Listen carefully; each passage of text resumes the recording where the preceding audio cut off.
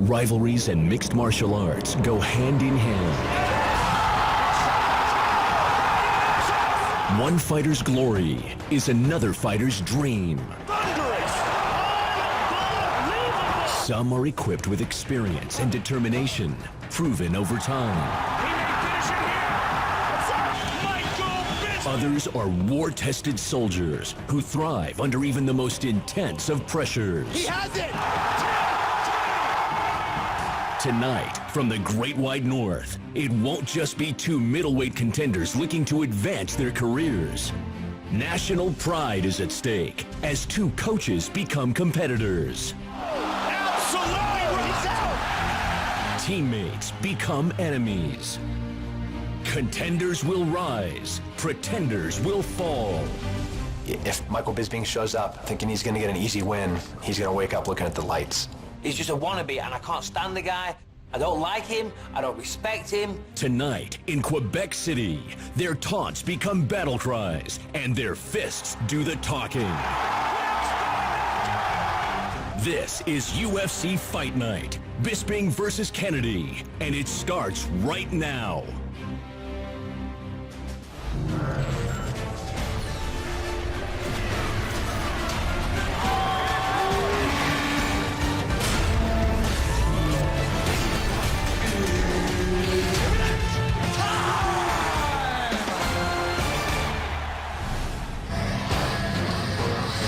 An absolute privilege to be in the building here tonight. We are live in Quebec City, Quebec, Canada. It is UFC Fight Night.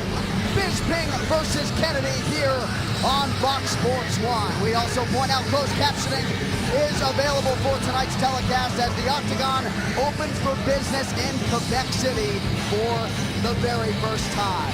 And with that, we welcome you live inside the arena. John Anik alongside the three-time World UFC title challenger Kenny Florian. A whole lot of excitement surrounding our main event here tonight, and rightfully so. In Michael Bisping and Tim Kennedy, not only do you have two very talented fighters, but two guys who are not afraid to speak their minds. But tonight, it is about actions, and the winner figures to take a quantum leap forward here at 185 pounds. Yeah, these guys are some of the top middleweights in the world. They both want to crack at that belt that Weidman has.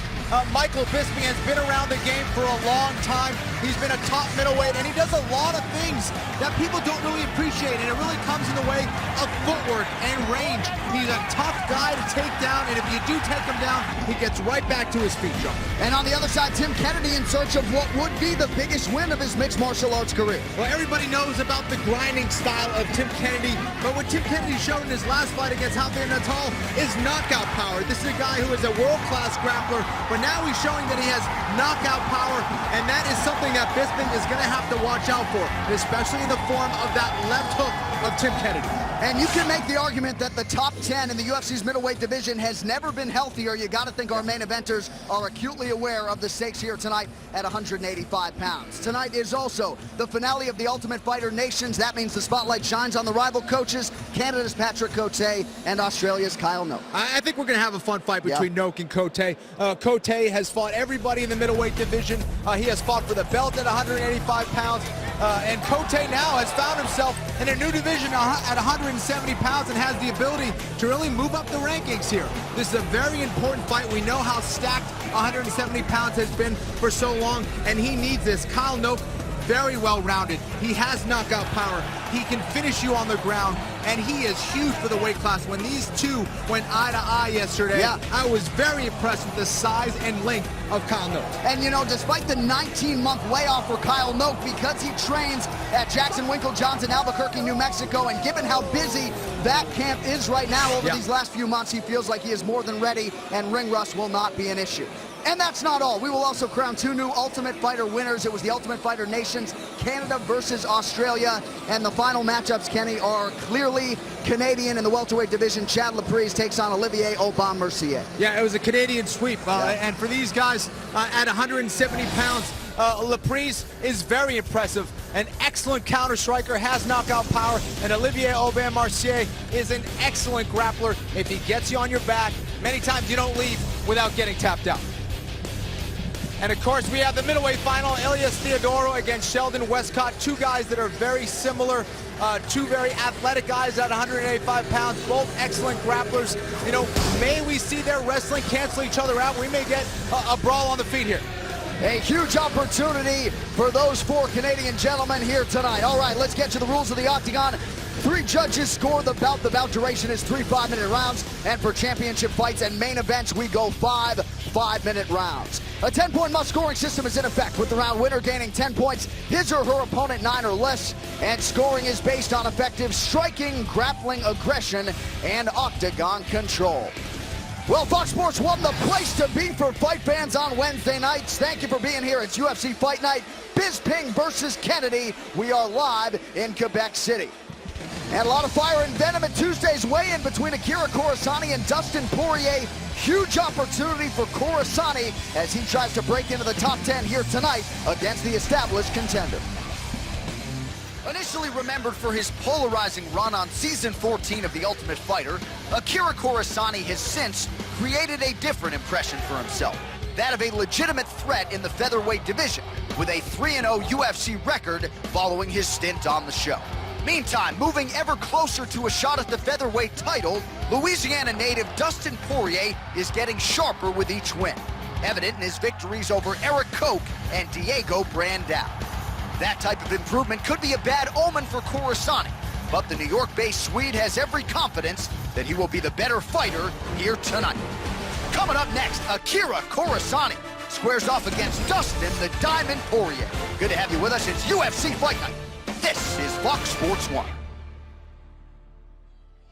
Well, the UFC's featherweight division has never been stronger. We get to the tail of the tape for this one. Dustin Poirier still just 25, taking on the 31-year-old Akira Corassani. 1 inch the difference in height, but something to watch. A 5-inch reach advantage for the Louisiana native Dustin the Diamond Poirier. To get us started with the introductions, here's Bruce Buffer.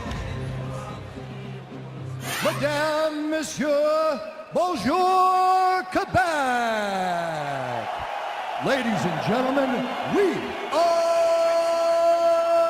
live from Quebec City, Quebec, Canada for UFC Fight Night.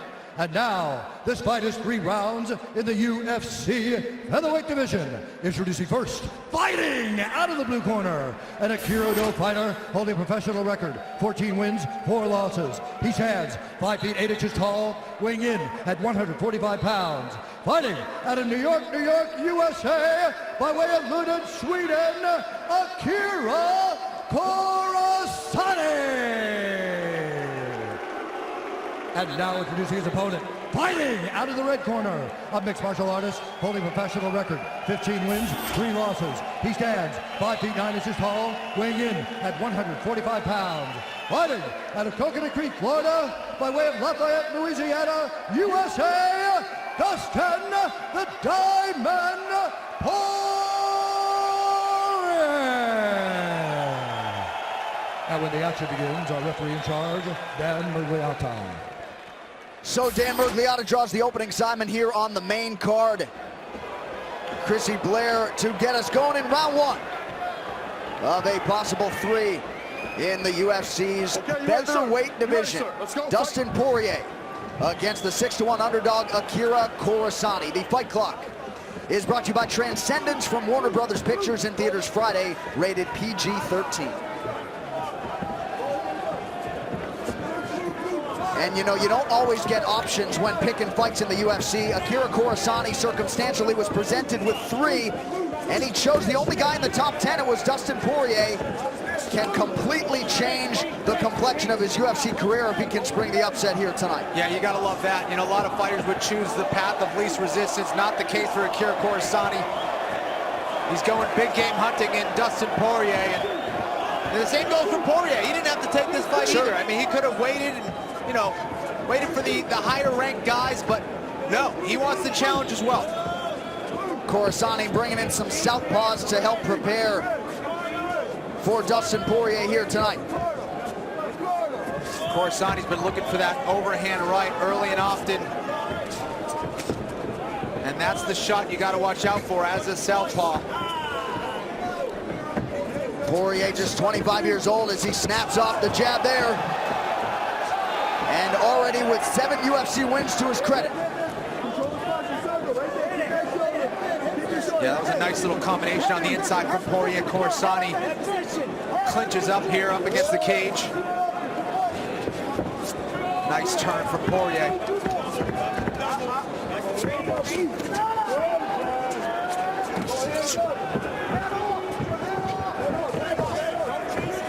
The jab is there for Poirier. Yeah, Poirier needs to stay patient. Beautiful jab there from Poirier. So the straight left and the jab have been there early on here for Dustin Poirier. Corsani winding up on the right hand. He lands with the left. Oh! Poirier's not getting paid. He's getting too impatient there. He's walking into stuff. Corsani's got some power. Yeah, He's hurting Poirier the straight here. right, yeah. So Corsani getting confident here in the early going. Poirier is still hurt, John. Corsani has hurt Poirier a few times. I'm not sure he's fully there right now. Nice spinning kick there, but just dusts the right arm of Dustin Poirier. You know, sometimes when you have a step up in the level of competition, it can bring out the best in fighters. And a couple minutes into this one, it is bringing out the best in Akira Corsani. Yeah, and what's the motivation like for Poirier? Did he come out too lackadaisical here against Corsani? Poirier still landing at a pretty decent clip in his own right here through 3 minutes.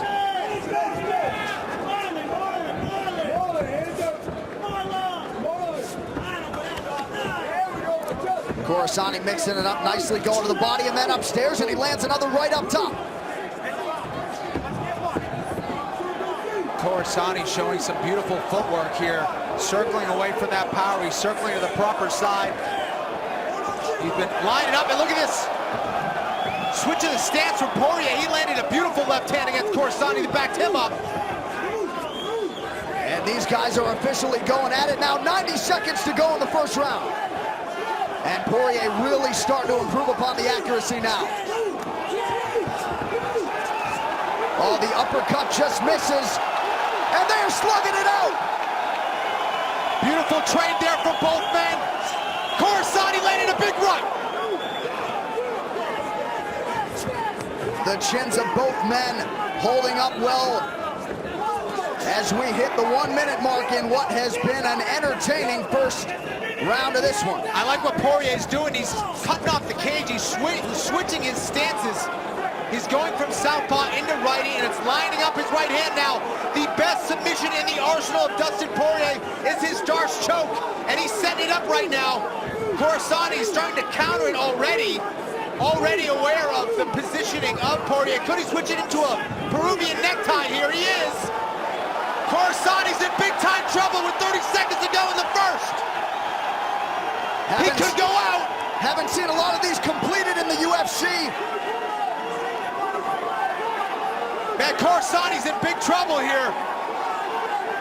Poirier needs to put pressure with that right leg. He's kicking it up to the sky. He needs to put it down. And now Corsani gets out. Wow, Corsani's out of it, lands a big knee, and he's bleeding. So Corsani has been opened up, and Poirier continues to land.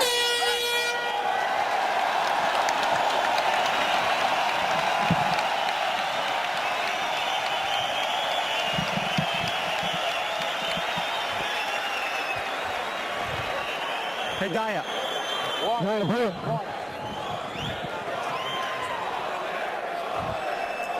Man, stop. No, take a look at him there. It was only coming out of the nose, yeah. Looks good? Okay, thank you. Hey, let's hit one takedown maybe. Push him against the cage and let's get one takedown, Dustin.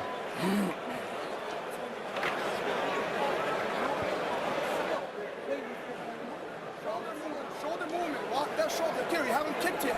Let's go those kicks. Let's get that 22. You're hoping after he touches you once and hits you, don't straighten up and lock up your head. Mix it up. If you get hit, keep moving your head. Keep going.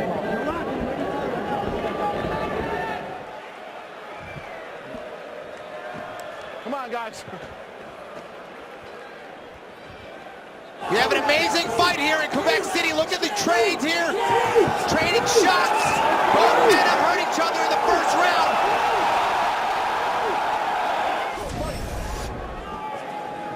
So that first round, a tough act to follow. The message in the corner of Dustin Poirier was, let's get one takedown. Put him against the cage, try to get one takedown and maybe alter the landscape of this one a little bit. But Corassani hanging tough against one of the better featherweights on the planet in Dustin Poirier.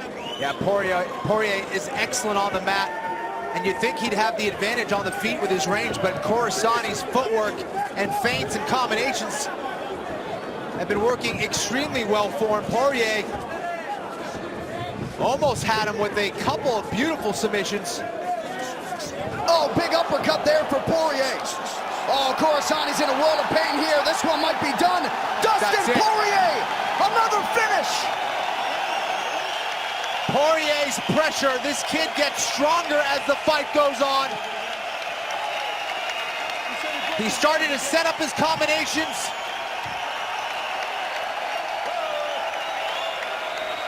It looked like it was an uppercut that really hurt Akira Corassani.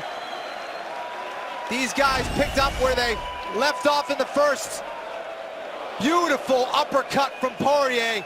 Look at the switching of the stances up against the cage. That's beautiful stuff. Lovely uppercut there. And he switches the stance, which cuts off the cage. Not a lot of fighters doing that. That is beautiful from Dustin Poirier. Those are the little things that you can only appreciate in those replays. Well, you know, Dustin Poirier doesn't discriminate when it comes to finishing fights. We'll get to the official decision and talk to Poirier after this. I know you do. I know you do. It means all right, back inside the Wild Arena here in Quebec City. It's UFC Fight Night. Bisping versus Kennedy on Fox Sports 1. All right, we go inside the octagon for the official decision. Here's Bruce Buffer. I wouldn't have picked him. But hey, I love you guys. Ladies and gentlemen, referee Dan Mergliano's called a stop to this contest at 42 seconds of round number 2. Declaring the winner by TKO, Dustin the Diamond Poirier.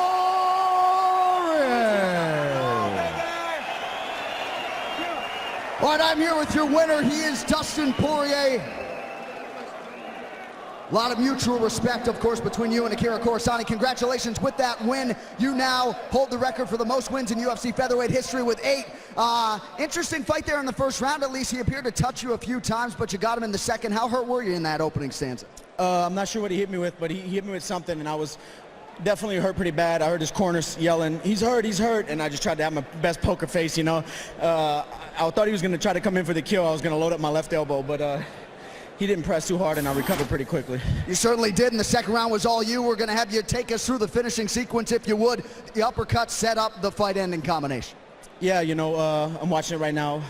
Cross, step into the uppercut. It looks like it landed right on his nose. I know he just had nose surgery, and he just told me just now, he said, you broke my nose with the uppercut. So you can tell he wasn't really that rocked from the uppercut, but he felt the pain, I guess. He knew his nose was broke. He goes down, and I do my job, man.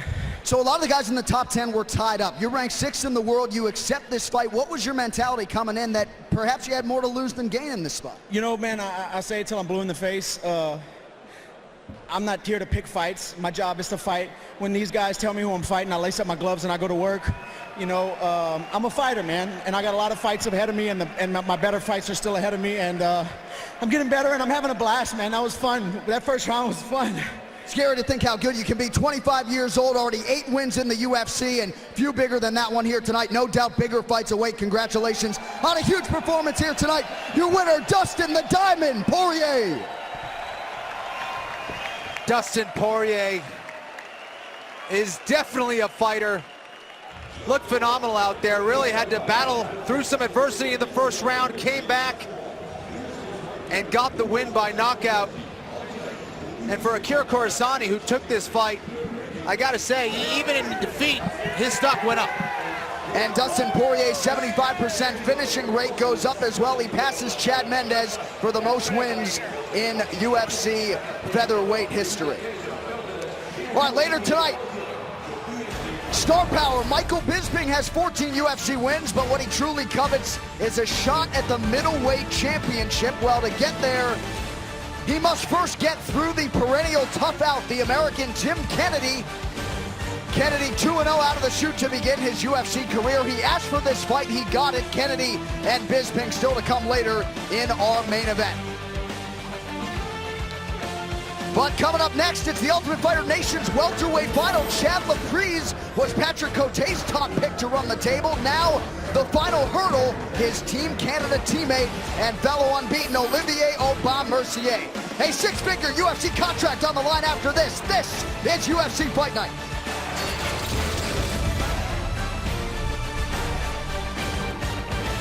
Beautiful Quebec here in the St. Lawrence River Valley, and tonight, this fine city plays host to the Octagon for the first time. And later tonight, after our main event, it's an all-new season of The Ultimate Fighter as bitter rivals take over to coach the next generation of UFC fighters. The Ultimate Fighter, Team Edgar versus Team Penn begins next, only on Fox Sports 1 and streaming live on Fox Sports Go. All right, time now to reveal the bonus winners for the Ultimate Fighter Nations. The fight of the season took place fairly early on. It was the quarterfinal between Team Australia's Chris Indich and Team Canada's Chad Laprise. And this one really had it all. Indich hung in there tough, as he is prone to do, and at times mounted some offense of his own, but Laprise was the victor here. He put it on Indich early and often. Indich and Laprise combined for the fight of the season, and each take home an extra 25 large. And Laprise actually doubled up in the bonus department. His show-stopping semifinal knockout of fellow Canadian Cajun Johnson held up as one of the performances of the season and also landed Laprise in the final. Chad Laprise, with style points, takes home another $25,000. Of course, the big prize is what is up for grabs here in Quebec City tonight. All right, so it has all come down to this. Olivier Aubin-Mercier and Chad Laprise have survived the Ultimate Fighter Gauntlet. At stake tonight, a long-term contract with the Ultimate Fighting Championship.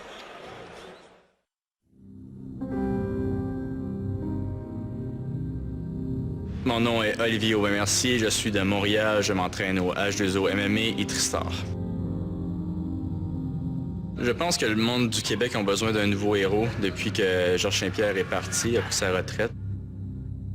Peut-être qu'il voit en moi celui qui va le remplacer. Je crois que ma famille est vraiment fière de moi. J'ai toujours rêvé de pouvoir vivre ma vie en faisant ce que j'aime. Être un père, c'est quelque chose qui m'a changé. Donc quand j'ai ma fille, j'essaie toujours de faire beaucoup d'activités, d'être vraiment très actif. Je veux que sa vie soit quelque chose d'actif, donc pas rester nécessairement devant la télévision ou devant l'ordinateur. Je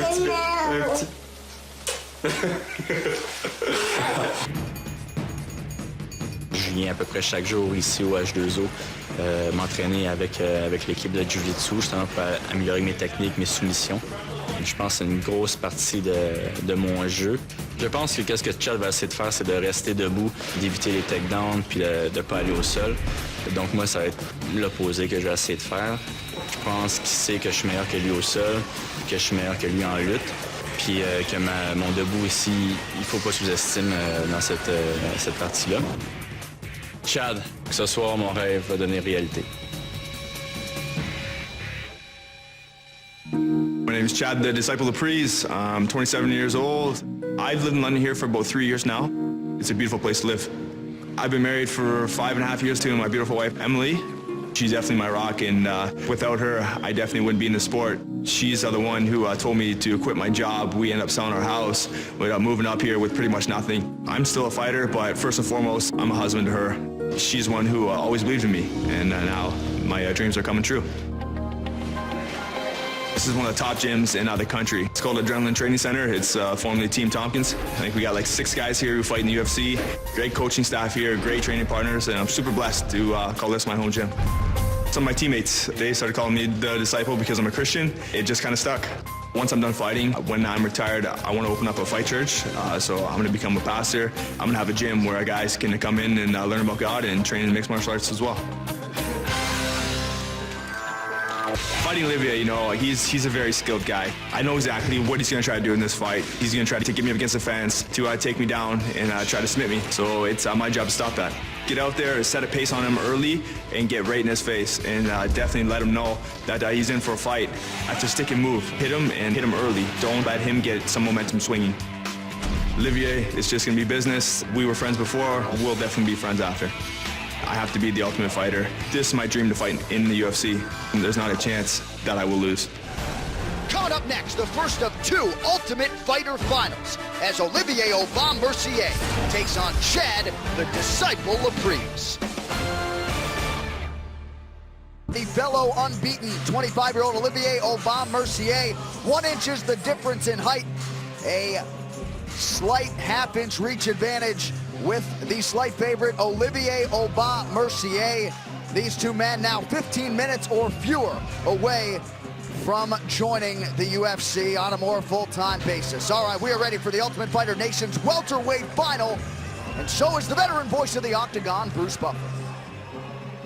Ladies and gentlemen, this fight will determine who will be the welterweight winner of the Ultimate Fighter Nations. This fight is 3 rounds in the UFC welterweight division. Introducing first, fighting out of the blue corner, a mixed martial artist holding a professional record, 5 wins, no losses. He stands 5 feet 9 inches tall, weighing in at 169 pounds.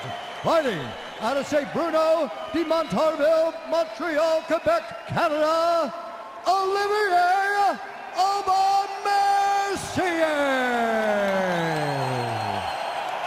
And now introducing his opponent, fighting out of the red corner. This man is a striker, holding a professional record, 8 wins, no losses. He stands 5 feet 10 inches tall, weighing in at 170 pounds. Fighting out of London, Ontario, Canada, Chad, the disciple Laprise. And when the action begins, our referee in charge, Yves Levine. So Yves Levine, the third man in the octagon for this one, Quebec versus Ontario. So the fans here showering some booze upon that man, Chad Laprise, as he takes on Olivier Aubin Mercier.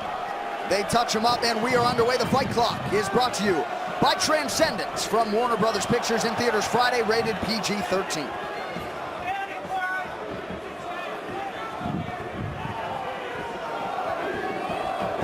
Mercier, the southpaw, going high with the kick. It'll be interesting to see what kind of improvements he's made when it comes to his striking, as Laprise lands on the inside with the leg kick. It was a dominant season for the Canadians on the Ultimate Fighter. They are guaranteed to have 2 winners here tonight. You can see Laprise with a lot of lateral movement, obviously anticipating that clinch and that takedown of Mercier. You can hear his corner say, keep moving. Olivier, so good in that clinch position and so good when he gets on top on the mat. And continues to pepper the inside of that lead leg of Aubin Mercier. Where Aubin Mercier really has to worry is with that right hand counter. Laprise will step off to his left and throw that right hand down the middle. He's so good at finding angles and really has the makings of a knockout artist. First takedown attempt for Aubin Mercier. Laprise able to thwart it, but still Aubin Mercier able to maintain connection. And Laprise has already been opened up under that left eye. Or so it appears. And the Ollie chants raining down here in Quebec City. And already you see some improvements in the striking game of Aubin Mercier, at least when it comes to his confidence. Yes, definitely seems more fluid. He's not as stiff out there. But clearly the striking advantage goes to Laprise so far, just very fluid. Finding angles, big right hand. That's that right hand we were talking about. Partially blocked, but still able to get through. And you see the battle for that left leg. It's Laprise who keeps that left foot on the outside of Olivier's lead right leg. and that allows him to land that right hand and get the angle. He just landed a nice short right hand. Mercier's okay. And Kenny, I know you were in this spot back in 2005. You really can feel the tension in the building given the stakes here. Well, absolutely. I'm sure the fighters do as well. Definitely a high-pressure situation here for both of these guys. A lot at stake. The biggest crowd that they've fought in front of by far.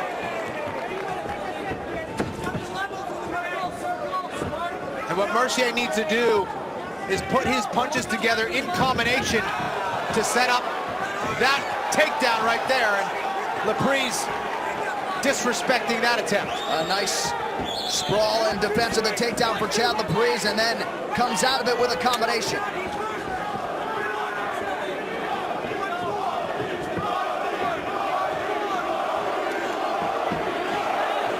Laprise, arguably the best striker in either division on the Ultimate Fighter Nation. Certainly the best jab I saw on the show, and has that head on a constant swivel. Yes, that was clear, John, for sure. I tell you, though, these do not look like a couple of rookies. You understand why they both come in undefeated in their mixed martial arts careers. No doubt, both high level in their own way. Mercier as the grappler and Laprise as the striker.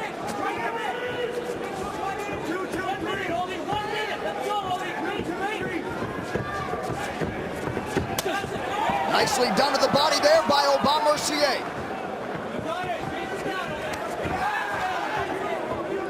Laprise with a speed advantage. Olivier just not able to really find his range. Nice the left hand there from Aubin Mercier.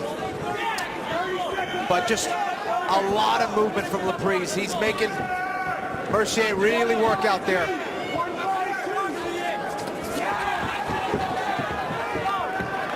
Mercier doing a nice job backing up out of the way of that combination. Laprise, though, very opportunistic and very, very active.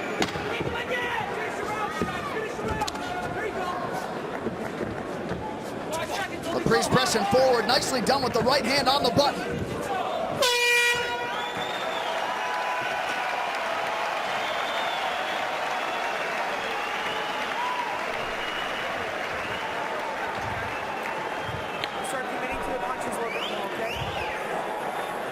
Got to establish that jab and commit, right? The inside's still there. Stay smart. You're fighting smart, you're winning, right? Deep breath in through the nose. Deep breath in through the nose, good. Kick to the inside. The inside's there, right? 1-5-2. 1-2 to the body, right? That 2 to the body's there, yes. You're staying. No more. You feint, but when you hit him, fucking hit him. Sorry, hit him, okay? Let's do it. Hit him hard. You're hitting him hard. That's it. You're better than this guy. Don't give up on the wrestling, okay? Thank you, sir.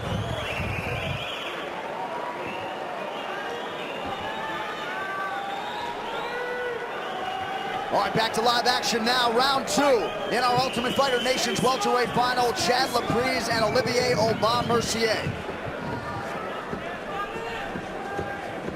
Both corners in that break asking for commitment from their fighters. Look at that sharp striking from Laprise. Certainly committed on the right hand there. And as we cross that 20-second mark in round 2, this is the longest that Olivier Aubin Mercier has gone in a professional fight. He did go the distance in his quarterfinal win on the show, but uncharted territory for him, at least when it comes to pro competition. Laprise just not offering a target, a stationary target for Mercier. A lot of lateral movement. There's a nice shot from Aubin Mercier. He's in on a single now. This is the deepest shot that we've seen from him, and he has a lift going. He may have locked hands. He has. He's got it behind the butt of Laprise. Can he finish it? He does. So a huge swing there for Olivier Aubin Mercier, and now we'll see what Chad Laprise can do after being planted on his back. Now This is where Mercier does his best work, but Laprise is working on a good get-up here.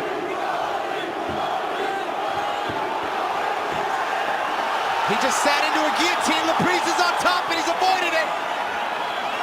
And you gotta admire the desperation of Chad Laprise to get out of harm's way and to do so quickly. Smart fighter, and he just ripped the body of Mercier with a right hand. Man, oh man, that body shot was brutal. Win or lose tonight, Chad Laprise has said he plans an immediate drop down to his natural weight class of 155 pounds. Most expected Aubin Mercier will do the same. But it was a big advantage for Laprise on the show not to have to cut a lot of weight. Said when he got bored in the house, he just ate. Not a luxury for a lot of guys. Yeah, and that takes its toll on you, especially throughout that season, John. Making weight week in and week out. It is a tough balancing act, and it can really be an advantage for the lighter guys. Quick check on the clock by Laprise. Conditioning has never been an issue for either guy. Aubin Mercier lands to the body.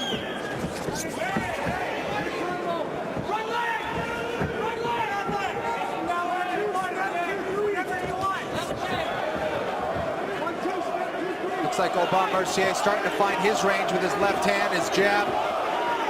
And that left kick to the body has been working for him against Laprise. There is it again. Nice left hand. Perhaps the best land of the fight there for Aubin Mercier. Nice body shot for Laprise.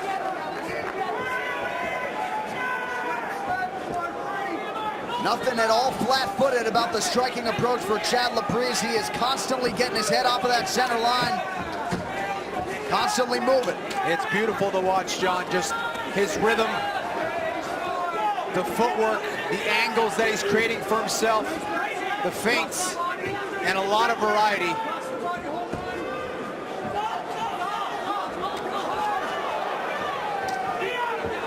Able to land the uppercut there, not completely, but it did land.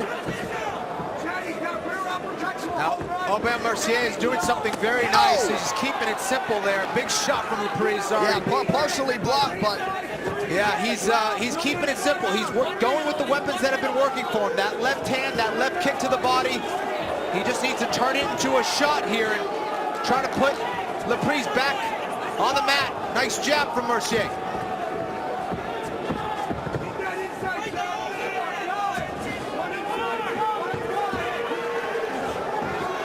And given the power of Chad Laprise, kind of hard for Aubin Mercier to work his way inside for a potential takedown.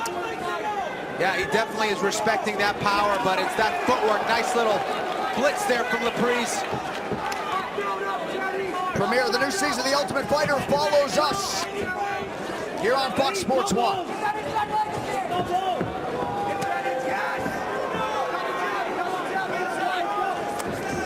Aubin Mercier really needs to look for a reactive shot off that forward motion of Laprise. So nice output in that second round for Chad Laprise. He's moving forward towards that final horde.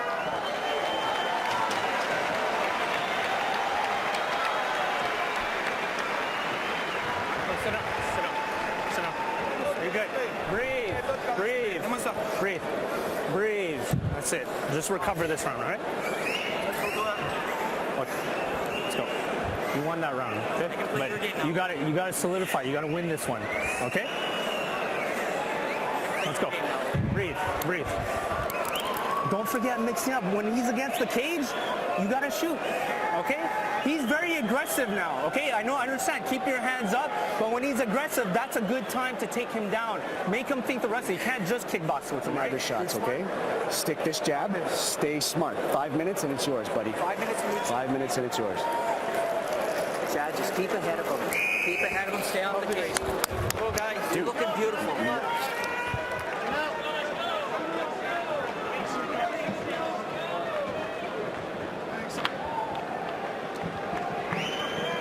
All right, back here ready for our third round. And Kenny, I know Richard Ho's advice for Olivier Aubin-Mercier in between rounds got your stamp of approval. Yeah, absolutely. I mean, he told him, you got to go for that reactive shot. As Laprise goes forward, that's a great time to change levels and take your man down. That's the fastest way to put your opponent on the mat. Laprise showing excellent footwork, but you got to catch him as he goes forward. And look at this. Aubin-Mercier pressuring with the takedown. Not necessarily a reactive shot, but it's a shot and it's a clinch, but Laprise isn't having it. Yeah, an unsuccessful shot at that. We also remind you, we do have a sudden victory round in place. If the fight goes to a draw after 3 rounds, we will go to a 4th and deciding round. We will determine a winner one way or the other. Nice left hand there from Mercier, who really needs the pressure. And I would go as far as saying that he might be down 2 rounds to 0 here. He needs to go for it. He may need a finish. There's that reactive shot. And using Laprise's aggressiveness against him, Olivier Aubin-Mercier with an opportunity here, but Laprise, man, athletic as anything and getting back to his feet. Has done such a great job of putting the feet on the hips, get right back to his feet. We saw that throughout the season. Anytime he was on his back, he'd always do a great job of scrambling right back to his feet. And he's done it against perhaps the best grappler on that season. So the defensive wrestling has been there for Chad Laprise tonight. And Aubin-Mercier just out of range there.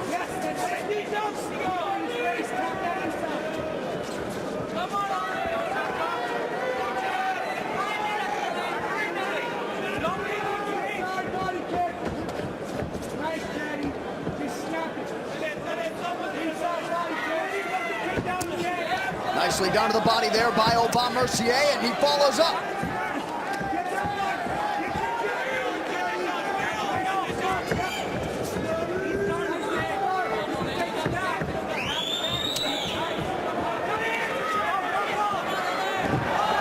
Little slip there for Laprise, right back to his feet.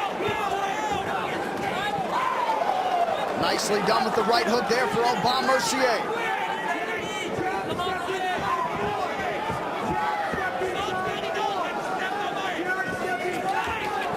I know some were surprised to see Chad Laprise installed as a slight underdog here tonight, fighting like the favorite here as we approach the 2-minute mark in round 3.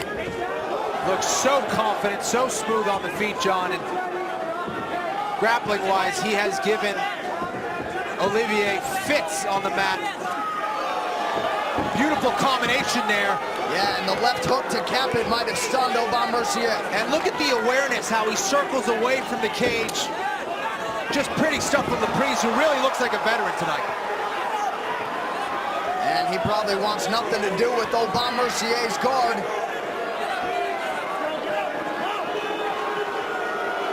Smart decision there.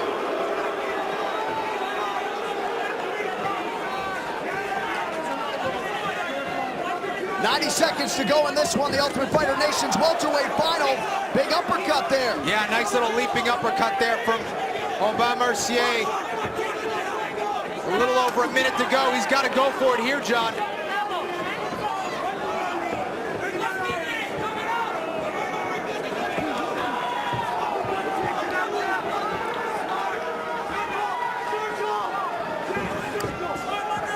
Aubin-Mercier goes to the body, but a one shot here or there may not get it done.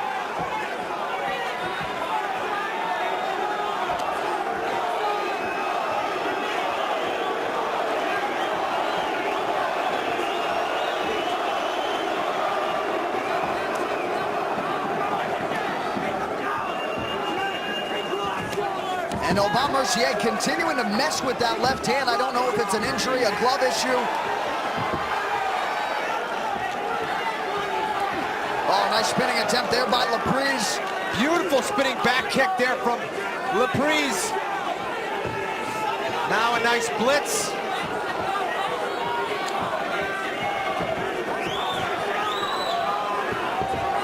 And another one, but you gotta love it. These guys are really going for it at the end of this 3rd round. And Chad Laprise especially fighting like the guy who might be down on the scorecards. Laprise really going for it, ripping into the body. So the Ultimate Fighter Nations welterweight final is in the books. Chad Laprise putting on a striking clinic. It's a great fight. Great fight. And clearly Olivier Aubin-Mercier experiencing some fatigue as he falls to his back, a guy who has had a lot of first-round finishes in his career. And you got to think those 15 minutes will certainly prove to be valuable experience for him moving forward. Yeah, Laprise just looked on tonight. Came into the cage very confident, very composed. And his footwork was just beautiful. Beautiful out there, getting angles, lateral movement. And and because of that footwork, it took Aubin-Mercier so long to get to the clinch and find his range with his strikes. We didn't really see him connect until the end of the second, the end of the third. Pretty stuff. All right, coming up next, we will talk to the winner and present the trophy to the welterweight winner. Stay with us. Live from Quebec City, this is UFC Fight Night, Bisping versus Kennedy on Fox Sports 1. And America's new sports network is the place to turn before every slam, every goal, and every game. With America's pregame, weeknights at 6 p.m. Eastern, only on Fox Sports 1 and streaming live on Fox Sports Go. All right, the Ultimate Fighter Nations welterweight final is in the books. Bruce Buffer is inside the octagon. He has the official decision. Ladies and gentlemen, after 3 rounds, we go to the judges' scorecards for a decision. The judges score the contest 29-28, Aubin-Mercier, 29-28, Laprise, and 30-27 for the winner by split decision. And now, the welterweight winner of the Ultimate Fighter Nations, Chad, the Disciple, Laprise.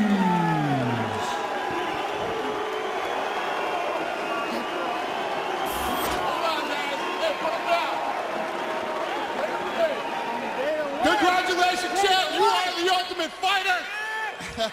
You win the contract with the UFC. Congratulations, buddy. Thank you so much. Congrats. Gotta feel pretty good to get the congratulations from the UFC president there. The Ultimate Fighter Nations welterweight winner, Chad Laprise. Your coach, Patrick Cote, said you were his top pick to run the table. You get it done. Can you describe your emotions here in this moment tonight? Words can't even describe what I'm feeling right now. I just want to thank everybody for coming out for the support. It's just truly amazing.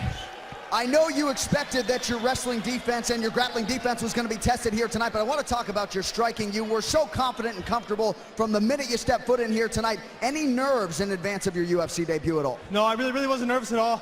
I truly believe that God put me here to be a fighter. You know, I just want to come out here and showcase my skills. Thanks to Olivier, he's a great opponent. He was super tough, you know. I want to thank Dr. Faisal, my doctor, for everything, all my coaches, and everybody for the support. So you've said that you have an immediate plan now to drop down to 155 pounds, your natural weight class. Is that still the plan? Whoever Joe Sullivan, Dana White wants me to fight, I'll fight. 170 or 155. As far as your grappling defense, very quickly, were you expectant that you'd be able to thwart his takedowns and keep the fight largely on the feet? I knew that would be his biggest strength, so I worked on the most. I was very surprised with the striking, he really threw me off. Well, you stole the show on the season. It continued here tonight. You are the Ultimate Fighter. Ladies and gentlemen, your winner, Chad the Disciple Laprise. Chad Laprise getting it done, keeping his record at a perfect 9-0. Looks so sharp against a very dangerous Olivier Aubin-Mercier. Was very fit, came in very fit, looked very confident. And you can see that he really wasn't nervous. I mean, what a performance. So Chad Laprise is the man here tonight.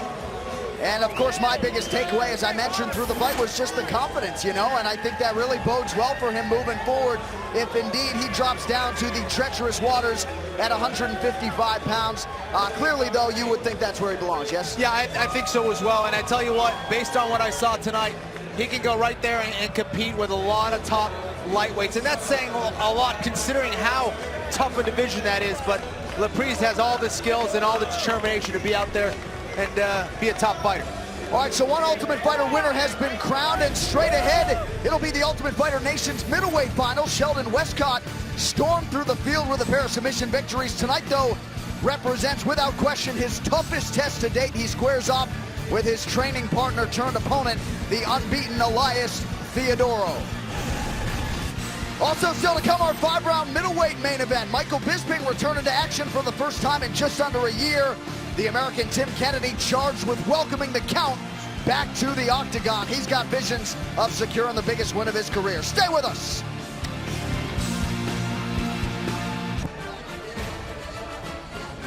Fox Sports 1 as we wrap up the Ultimate Fighter Nations. Busy stretch for the UFC. Fox UFC Saturday returns with the most exciting network card in UFC history. It all starts this week at 5 p.m. Eastern with the live prelims on Fox Sports 1. Then I'll turn it over to Fox at 8 p.m. for the main card. The main event will produce the next contender for the heavyweight championship. Travis Browne and Fabricio Werdum set to collide in the heavyweight headliner.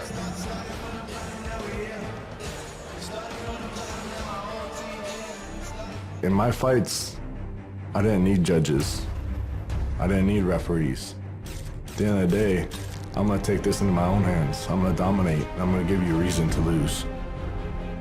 This is my world. You live in it. And you're in my way. So get out of the way.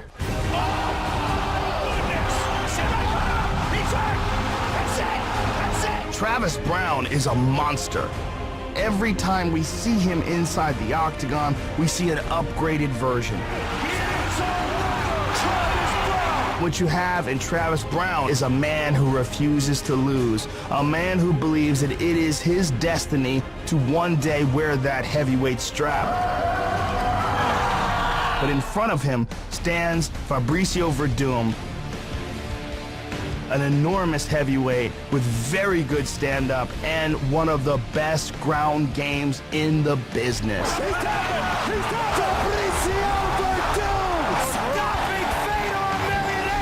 I love the fight. This is my life. Travis Browne for me was a big test. The main event, 5 rounds, maybe I'm knocked him out. His stand-up has looked spectacular. He has much improved Muay Thai, and his ground game is the elite of the elite.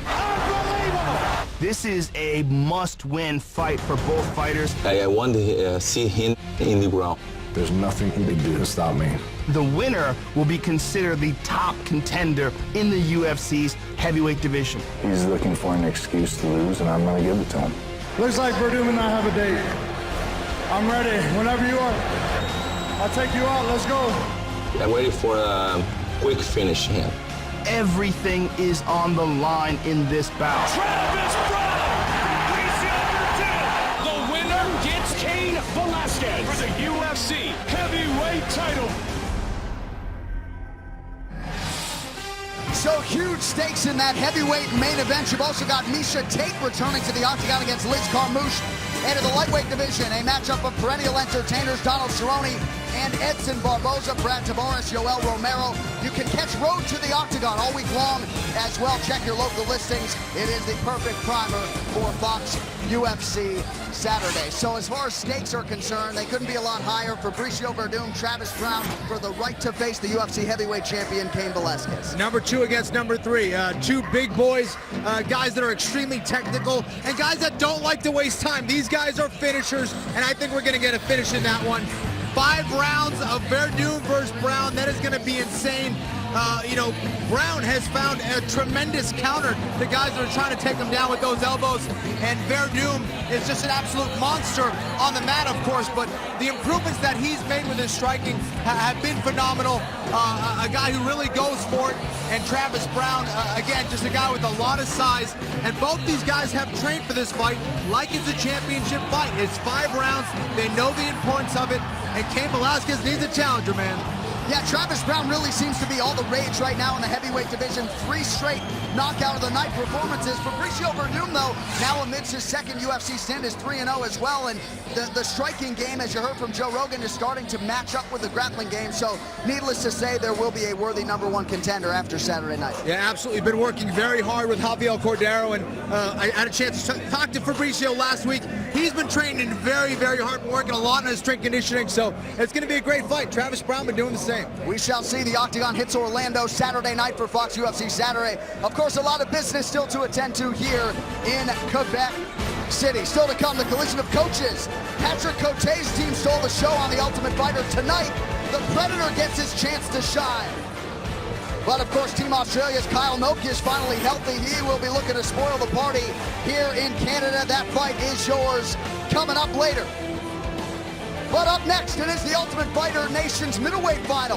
The field has been whittled down to its final two. They are Canadian Sheldon Westcott and Elias Theodorou. They make their way to the Octagon straight ahead. Stay with us.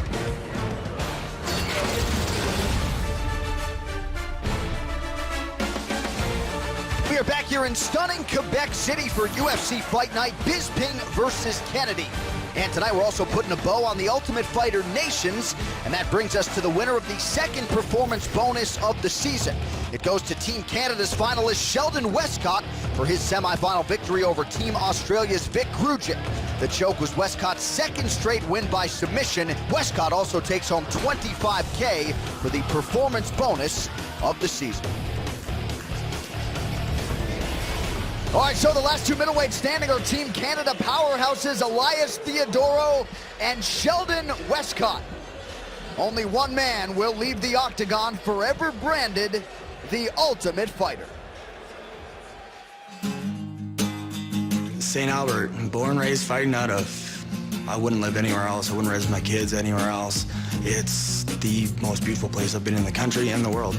I love living there. My two nieces who are 3 don't really understand what I do, and Sydney, who's 11, she understands. She knows 100% that MMA is just a sport, and she actually trains as well because she wants to be like her uncle. So as soon as I got home, taking care of all these small injuries that I picked up over in the Ultimate Fighter House and making sure that I maintain myself. It's something I kind of maybe neglected earlier on in my career, but now at this level, I can't keep from being hurt. Everything's at stake. It's the biggest fight of my career, and it's against someone who I know, who I became friends with, and someone who, honestly, I want to take the O out of his record. For Elias not to take this away from me, is finish the fight. If the fight goes to a decision with Elias' style, maybe he could beat me, but he has to last 15 minutes. Every single punch I throw is going to put him out. Every time I slam him is to knock him unconscious. And every single time I grab an arm, grab a leg, is to break it or put him out cold. That's just the way I fight. And if he doesn't tap quick, he'll go to sleep. Once you're the first person to do something, it doesn't matter who did it second. And I want to be the first Ultimate Fighter from Canada. Elias, there's absolutely no way you're going to beat me tonight.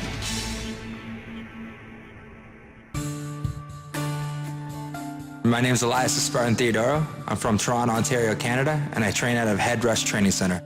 We've been working on head movement, striking, footwork, getting out of the way. Sheldon's gonna come at me straight. I got angles, and that's what we've been working on.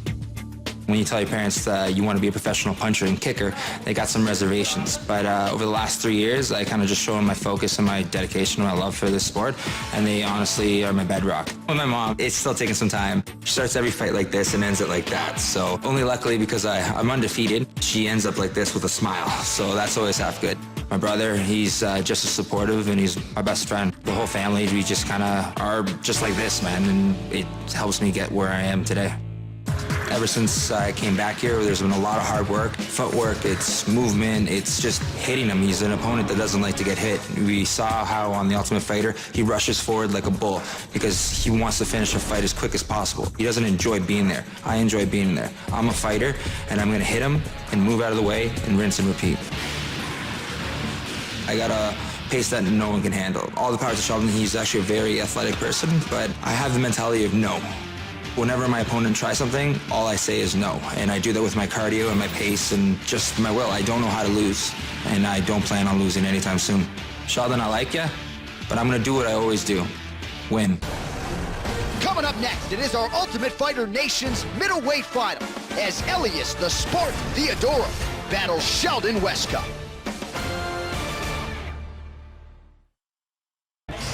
All right, we have arrived at the Ultimate Fighter Nations middleweight final between Canadian Sheldon Westcott and Elias Theodorou. Both parties 6 foot 1 inches tall. Of course, the number that jumps off the page, the 5-inch reach advantage for Elias Theodorou. To get us started with the introductions, here is Bruce Buffer. Ladies and gentlemen, this fight will determine who will be the middleweight winner of the Ultimate Fighter Nations. This fight is 3 rounds in the UFC middleweight division. Introducing first, fighting out of the blue corner, a mixed martial artist holding an undefeated professional record. 9 wins, no losses. He stands 6 feet 1 inch tall, weighing in at 185 pounds. Fighting out of Toronto, Ontario, Canada, Elias the Spartan Theodorou. And now introducing his opponent, fighting out of the red corner, a mixed martial artist holding a professional record. 9 wins, 1 loss, 1 draw. He stands 6 feet 1 inch tall, weighing in at 184 pounds. Fighting out of St. Albert, Alberta, Canada, Sheldon Westcott. And when the action begins, our referee in charge, Philip Chartier. Philip Chartier, our referee. You think Sheldon Westcott's geeked at all? Oh, man. A lot of you were in commercial break when he did a full sprint to the octagon, leaving his team behind, almost slipped. You know, at least when Frankie Edgar rushes through that walk, he doesn't slip. So Sheldon Westcott immediately takes the center of the octagon. The fight clock is brought to you by Transcendence from Warner Brothers Pictures, in theaters Friday, rated PG-13. Coming in here very emotional, but that can come back to haunt you. Can expend a lot of energy early. He's getting off to a fast start here, but Theodorou on the opposite side of that looks very relaxed, very calm, and Westcott puts him on his back. So Sheldon Westcott not a time waster in any sense and trying to put it on Elias Theodorou here in the early going. Westcott trying to take the back of Theodorou here. Elias did a great job of removing that hook, but now he's sat back. He has both hooks in now. Elias is doing a good job of turning and facing, but he gives up the back here. Gets the hooks removed, but Westcott playing backpack here.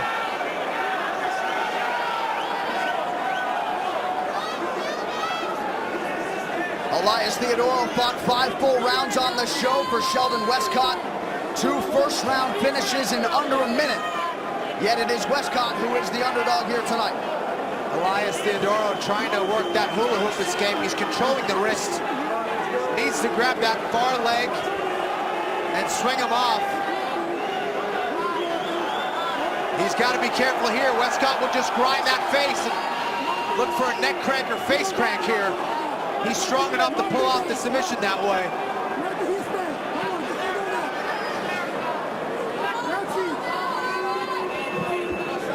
So, about 2 minutes into this one, Elias Theodorou's submission defense is being tested. Westcott continues to work off of his back. Westcott off to a great start here.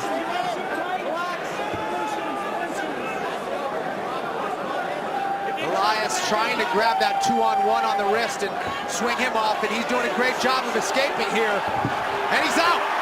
Nice job there by Theodorou, and now raining down with some power shots. What a pace here through the first half of the first round. Oh, big knee there from Theodorou, perhaps stunned Westcott a little bit. And that one went upstairs and landed on the jaw of Westcott. Another one. And Westcott's knee had just lifted off the canvas, making that a legal blow. Exactly. Westcott pursuing that takedown right in front of us, trying to lock hands underneath the butt of Elias Theodorou.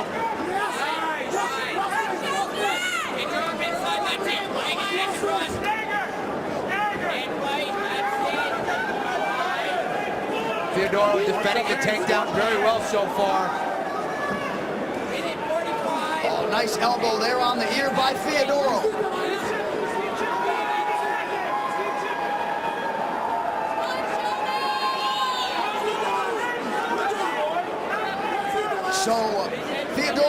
That bull rush was coming early. He survived it, and now mounting some offense here of his own. Yeah, we're seeing Westcott really slow down here. And this is what I was talking about, possibly going into the fight too emotional. Theodoro was attacking with a guillotine, and Westcott just dropped to guard.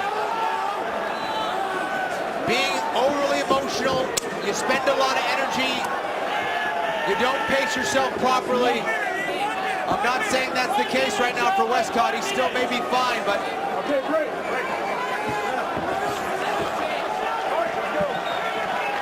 Theodoro, the consensus top Canadian middleweight outside the UFC. Now he is here and looking to wrap up that six-figure UFC contract.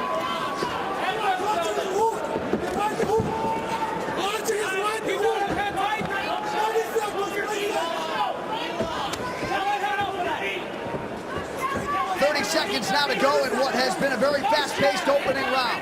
Theodoro was talking about finding angles, using his feet and moving that head, and we're seeing that on display right now. And this is a powerful 185-pounder. Man.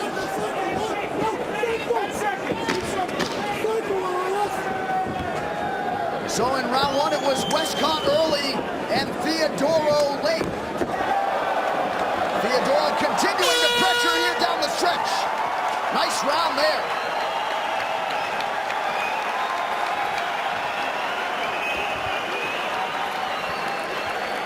Hey, what are you sitting still for? You need to come forward and get your foot on the outside. You're backing up. Why are you backing up? Backing up is not in the game plan. You need to move forward the whole time, okay? When he's just gonna, you let him pick away. If you need to pick away at kicks like that, it's not gonna happen. You need to come forward, okay? No more moving backwards. Forward, forward, foot on the outside. Every time you hit the cross or the hook, you need to put the other punch on it. Just one, singling, okay? Let's go. Let's move forward the whole time. There's no backing up this round. That round was probably 50-50, okay? So we cannot leave it to these judges. Let's go. You move forward, foot on the outside. Take your time, Elias. Be straight. This is about you.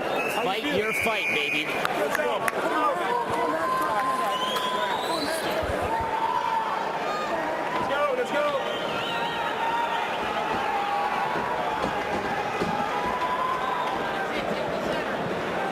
So Kenny Florian Taylor, 2 rounds there. If you're Sheldon Westcott, what is the strategy here moving forward? His corner wants him to move forward. They don't want him to take one step back. They want pressure the whole time.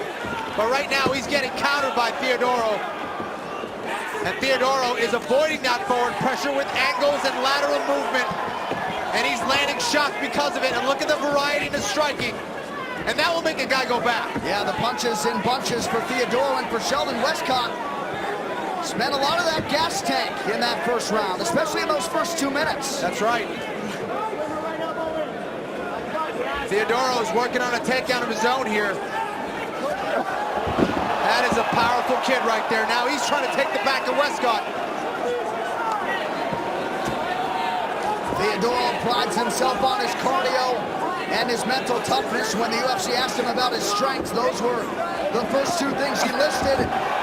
Another power takedown there for the undefeated Theodoro.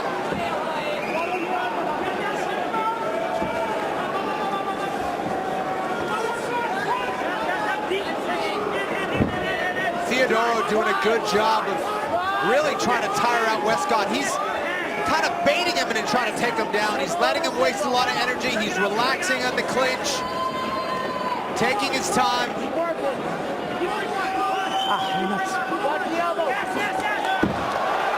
Westcott showing off his strength with a beautiful takedown, but Theodoro right back to his feet. Westcott working on that guillotine, but he's out. And you just wonder again if Sheldon Westcott is a little bit compromised in the gas department as Theodoro rains down power shots. He's in a tough spot here. Theodoro putting a lot of pressure on now. Okay, great. Let's go, come on. Now Westcott is exhausted here, John. Yeah, he was perhaps too excited too early. And you know, for Elias Theodoro, we mentioned somewhat conservative on the show. He stuck to his grappling, but as you're seeing here, the man can crack. Well, it shows his intelligence. He uses what works. even if you know you have a little bit of an edge on the striking, but you know you're a lot better with the grappling, you're going to use the grappling. And Theodoro used that throughout the season. Now he's pouring it on Westcott. 3 huge knees followed by a takedown from Theodoro.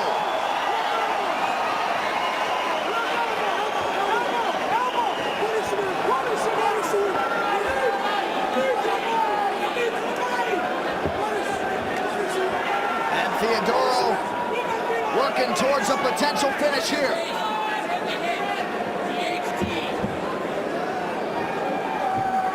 Nice straight right hand gets through.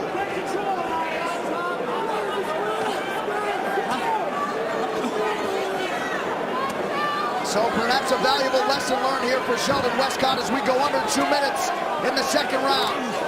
Huge elbow for Theodoro. Brutal elbow, John. Nice short right elbow, and now he's into the mount. It gets worse.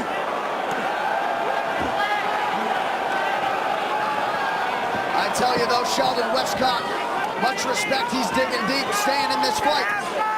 Now Westcott's showing a lot of heart right now, but he's in big time trouble here against Elias Theodoro.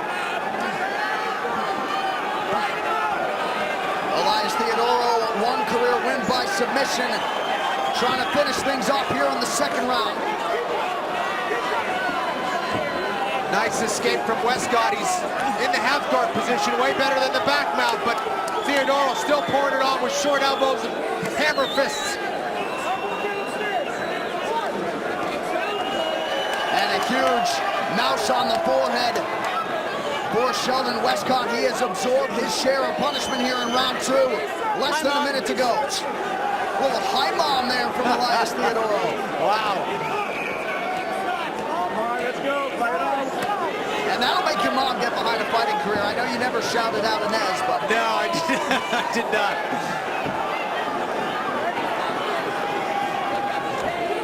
Oh, big right hand followed by a hammer fist. All Elias Theodoro here in round 2. And how much more can Sheldon Westcott take? Man, Westcott's showing a lot of heart, but at this point they gotta stop it. Elias Theodoro is the ultimate fighter.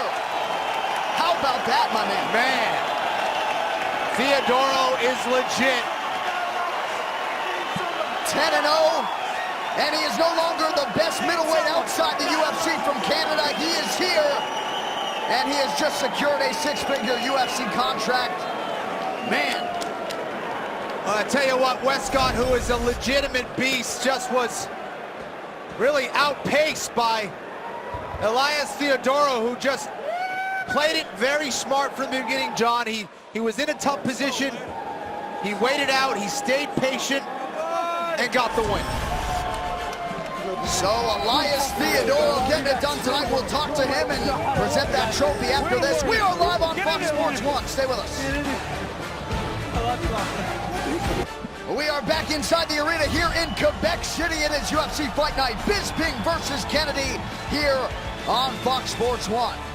And after the Bisping-Kennedy main event, the all-new season of The Ultimate Fighter debuts as bitter rivals take the reins to coach the next generation of UFC fighters. The Ultimate Fighter Team Edgar versus Team Penn begins next only on Fox Sports 1 and, of course, streaming live on Fox Sports Go.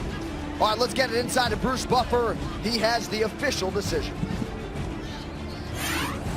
Ladies and gentlemen, referee Philip Chartier has called a stop to this contest at 4 minutes, 41 seconds of the second round. Declaring the winner by TKO, and now the middleweight winner of the Ultimate Fighter Nations, Elias the Spartan Theodoro.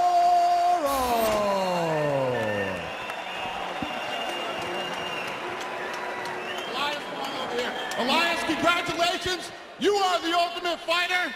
You get the contract with the UFC. Don't scare me, come on. Okay. You get the contract with the UFC, buddy. Congratulations. Unfortunately, no. Dang it. It's all good. Talk to you guys later. Oh my God. Thank you. I don't know what this means to me. Oh my God. All right, ladies and gentlemen, I am here with your winner. He is the Ultimate Fighter, Elias Theodoro. You better get that hair on full display here. I cannot recall a fighter more confident in a UFC debut than you here tonight. You knew you were going to get that early onslaught from Sheldon Westcott. You survived and advanced once again. Congratulations. Thank you so much. This is honestly an amazing thing. I thank you everyone from Quebec City. Thank you everyone around the world watching. This is honestly the greatest moment of my life, and I'm so happy to share it with all of you. Want to take a quick look back at the fight. It was really all about your striking. After those first 2 minutes, you dominated the action thereafter. Yeah, man, I'm a mixed martial artist. I can do it all. I got a little slack over the internets, calling me a cage humper of sorts, but I think this proves that I kick ass. But if I'm on TV, I'm sorry if I'm not allowed to say that. That's okay. I think that one's okay. So you moved to 10-0 here. Obviously a tremendous win. You even mixed in a hello to your mother in between fight action. Pretty good stuff. Yes, I don't know. My mom's here, my dad's here, my brother's here. They're my rock, man. They mean everything to me, and all my family and friends that came here. Honestly, I'm gonna cry like, oh, yes. This is the most amazing thing I've ever happened to me.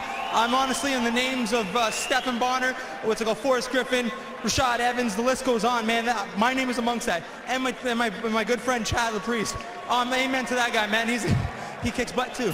You joined that elite company and you did so with style points tonight. Let's hear it one more time. Your Ultimate Fighter winner, Elias Theodorou. Elias Theodorou, who claims to have the best hair in MMA. He just might, but he definitely has the best MMA game as far as the middleweights go in the tough nations. Very, very impressive. A smart fighter, a physical fighter. Excellent stuff. A lot of UFC royalty in the building here tonight. Rory McDonald, support the World Series champions, by the way. He'll fight Tyron Woodley June 14th in Vancouver. Perhaps that could set up a title shot for the winner. All right, coming up next, a welterweight fight between Sam Stout and KJ Noons. Stay with us. I trust you will. It is UFC Fight Night on Fox Sports 1. Sean Hannon, Kenny Florian, thrilled to be in the building here tonight. It is UFC Fight Night, Bisping versus Kennedy here on Fox Sports 1. A busy stretch here in April for the Ultimate Fighting Championship. And the decisions have certainly given way to the knockouts here tonight in Quebec City. A 7-time Strikeforce veteran, KJ Noons, is set for his 3rd UFC appearance as he takes on the longtime lightweight division staple, Sam Stout. Vanessa Hansen getting us going for round 1 here in the welterweight division. At least according to Las Vegas, the closest fight top to bottom on the fight card on paper. For all of your odds and rankings needs, go to UFC.com. It's Sam Stout in the black trunks and KJ Noons in the white with black trim. KJ Noons looking for that stomp kick a little bit. Seeing more of a kicking game from KJ, which is a good sign. We've seen him struggle against good kickers like guys like Donald Cerrone, and doesn't allow him to find his range. Look at that huge right hand! And he follows it up with a left that lands flush. KJ Noons! How about that? And Sam Stout still coming to, maybe grappling the referee there. So KJ Noons. That right hand was ridiculous. Well, we've seen flashes, Kenny, at times from KJ Noons, man, and when he connects, oftentimes that is what can happen. The former pro boxer coming into enemy territory and getting it done tonight. Man, you never know what KJ Noons is gonna show up. Well, look at this right hand, boom! Head off the center line, right hand came after, and then a left and a right and a right. Bang, right on the chin, oh man. Huge left hand, and that was the one that really put him out. Yeah, those accurate ground shots were key for KJ Noons, but how about that right? What a finish from KJ Noons against Sam Stout, who has a tremendous chin. He's been around the game for so long, but Stout was out, and you can see Sam doesn't know which guy to fight here, man. Yeah, putting the referee in a headlock there.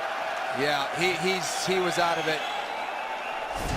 Ladies and gentlemen, referee Philip Chartier has called a stop to this contest at 30 seconds of the very first round, declaring the winner by knockout, KJ Noons.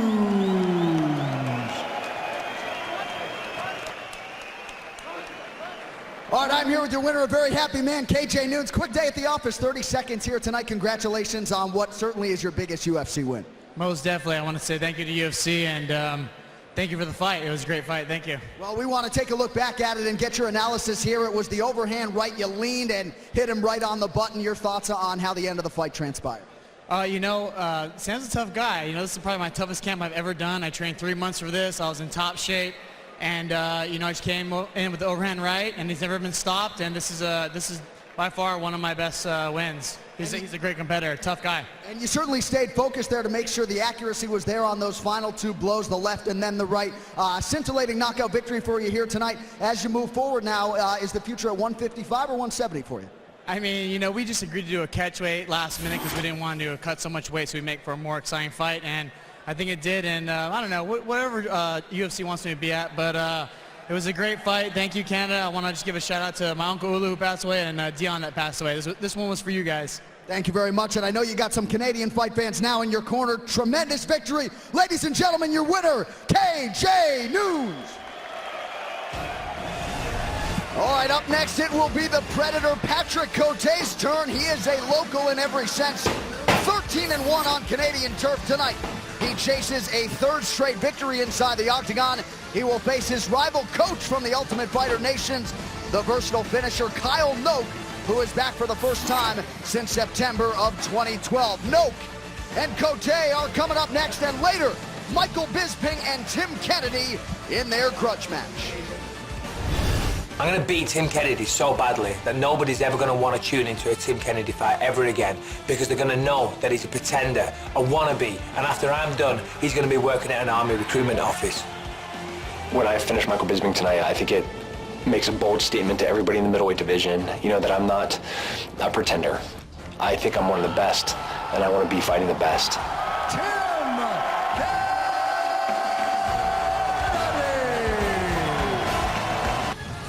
Well, as usual, the Canadian fight fans adding to the experience here tonight, and in 10 days' time, the focus will shift to Baltimore, Maryland. It'll be UFC 172. Take a look. Jon Jones is coming into this title defense against Glover Teixeira, coming off of the most difficult challenge of his entire mixed martial arts career. He fought Alexander Gustafsson in a spectacular fight, in an amazing, very close contest. Jon Jones comes into this fight with the aura of invincibility peeled away. The question now becomes, can he endure the even more dangerous striking style that Glover Teixeira presents? Many people think that what Glover brings into the octagon that Alexander Gustafsson doesn't is true one-punch knockout power. He knocks guys dead. Oh, perfect shot! Oh! Glover is not a man to be taken lightly. He has very good wrestling, he has a black belt in Brazilian Jiu-Jitsu, and he is perhaps the most dangerous striker that Jon Jones has ever faced inside the octagon. If you've seen Jon Jones fight inside the octagon, you know that Jon's most spectacular performances were the most dangerous challenges.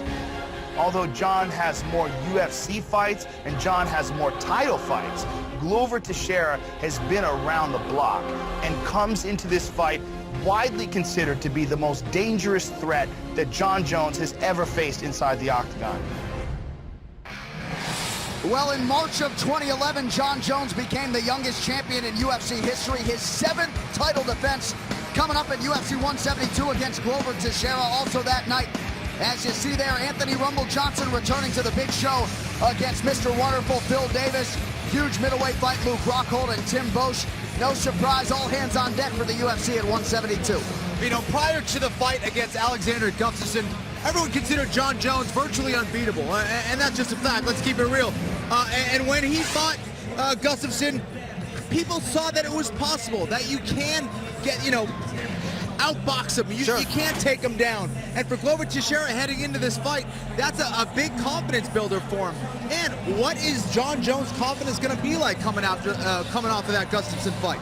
A lot of very respected people in the fight game believe Glover Teixeira will be the guy realistically, how do you assess his chances against a guy who has been nothing if not dominant in John Jones? Well, I think Glover Teixeira is very underrated in the wrestling department.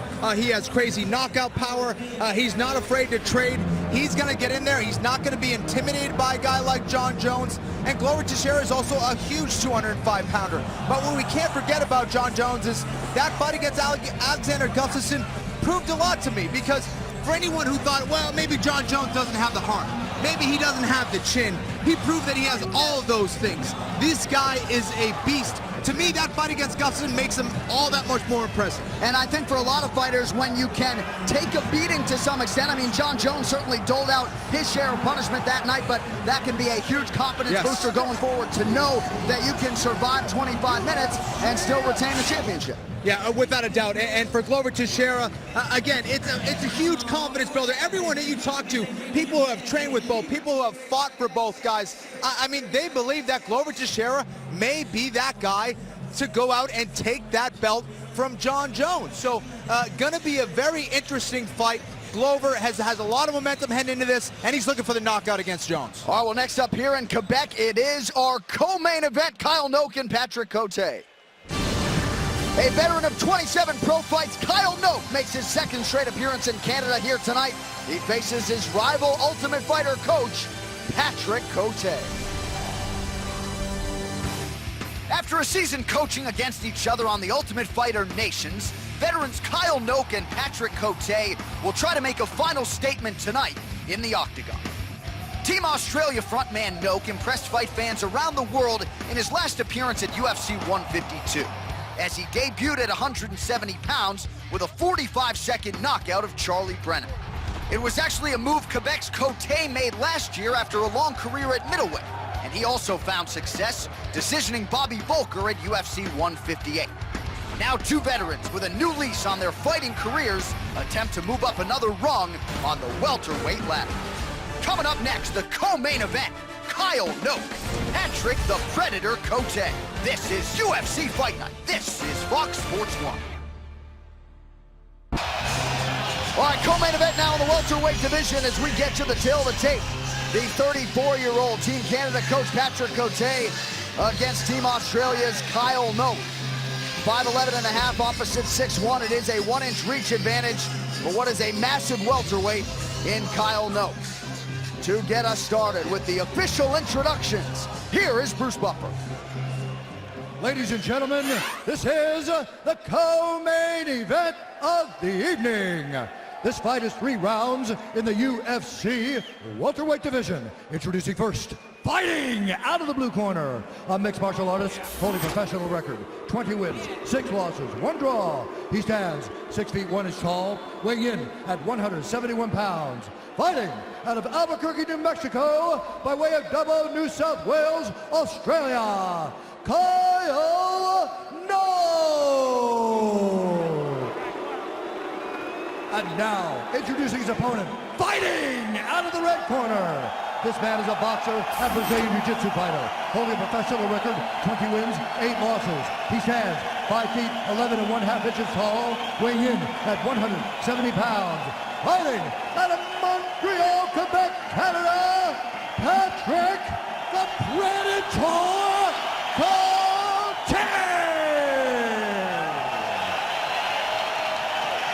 When the action begins, our referee in charge, Dan Mergliata. So Dan Mergliata draws the co-main event assignment here tonight. Patrick Cote and Kyle Noke. They touch him up and we are underway. The fight clock is brought to you by Transcendence from Warner Brothers Pictures, in theaters Friday, rated PG-13. It is Kyle Noke in the white trunks with gray, and Cote in the black with red. All right, touch close. Time in, let's go, fight.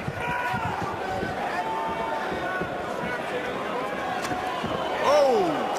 Yeah, that one landed. Man. Noke, very dynamic striker. Both men in tremendous shape. This is the best shape I've seen both of these guys here. Nice front kick to the body for Kyle Noke.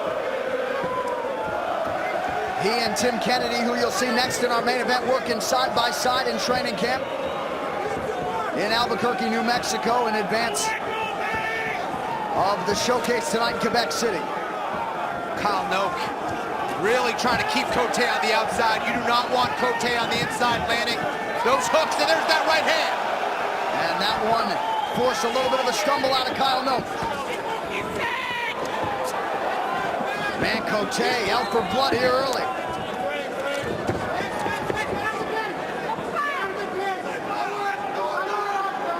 Really would be huge here tonight for Kyle Noak if he could come into enemy territory and win one for his fellow Australians who failed to play someone in our Ultimate Fighter Nations finals.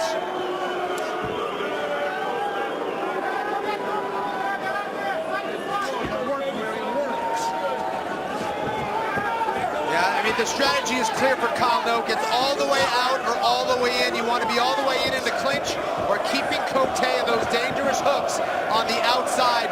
And that's why you're seeing that brutal push kick from Kyle Noak. That middle range right there is where he's got to be careful. Again, a nice kick to the body for Noak, who has been opened up on that left side by Patrick Cote. Beautiful takedown from Patrick Cote as he tries to move into side control. He's in half guard, and Kyle Noak trying to wrench that neck of Patrick Cote, but he's in half guard, so it's difficult to finish from there. Cote back into the full guard of Kyle Noak. 7 career wins by submission for Kyle Noak. The last, though, coming against Chris Camozzi back in 2011 at UFC 127.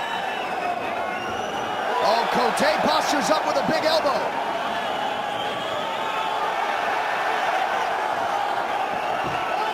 Kyle Noak working on an armbar here. Unable to get the angle. Cote's head position. He's keeping that head right over the head of Kyle Noak, which makes things very difficult to lock up a submission or to get back to your feet. Cote staying active here and landed some nice ground and pound.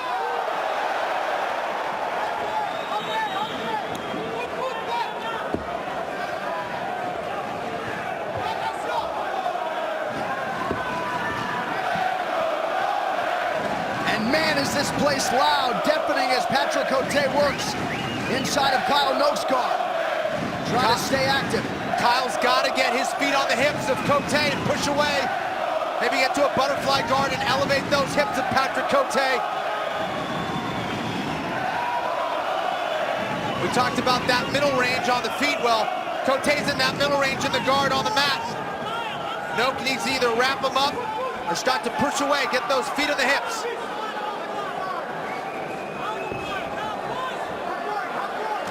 Oh, big right hand for Cote.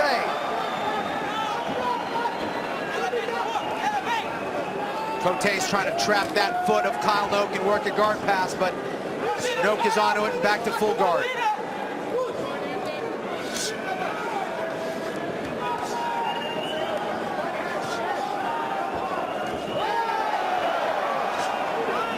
Kyle Noak doing a pretty good job of controlling that wrist of Patrick Cote.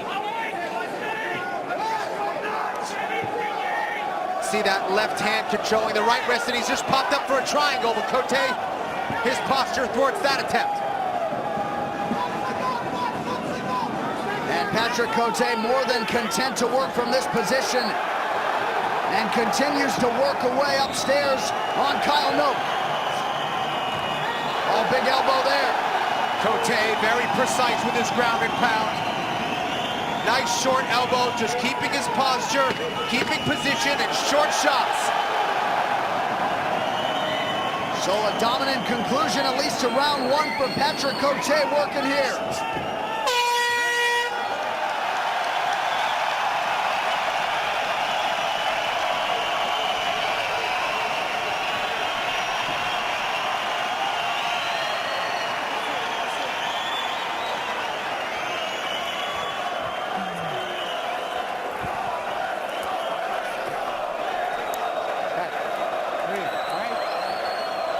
Listen, using all your hands. Don't kick as much, all right? He comes to the kick, you have to insert your hand right away. Your right hand connect all the time you punch. Hands up, like we said, bang, bang. On the ground is perfect. You're taking him down is perfect. Use your footwork, head movement. The only thing it's going to bring is going to be kicks. You got to answer with your hands.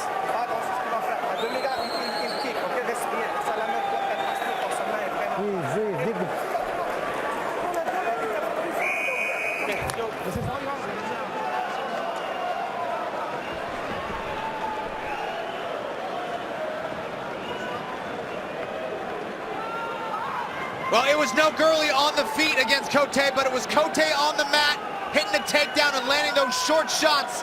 Landed some beautiful elbows on the face of Kyle Noak. All right, round two, let's go, fight. All right, round two underway. Might as well call this place Colisée Cote right now. He owns this building as they sit in anticipation of their own getting it done here tonight.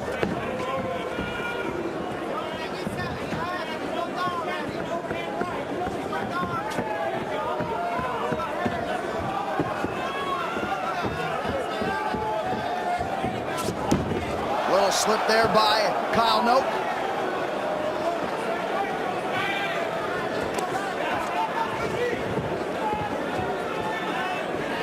Noak has been using a lot of front kicks, a lot of push kicks to that body of Patrick Cote.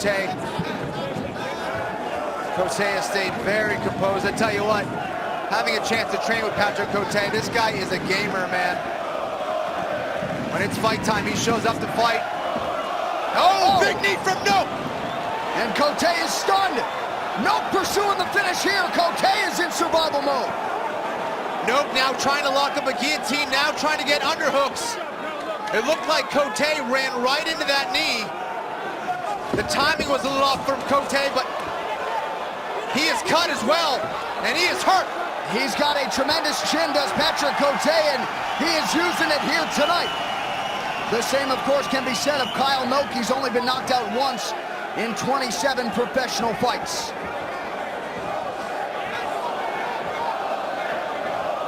Yeah, it looks like he's got a cut, possibly on the top of his head there when he ran into that knee. So a little early adversity in round two for the Canadian. Oh man, look at that stomp kick. Yeah. To the leg of Cote from Noak. And he was a little bit buckled by it. You see our champ at 205 pounds, John Jones, use that technique a lot.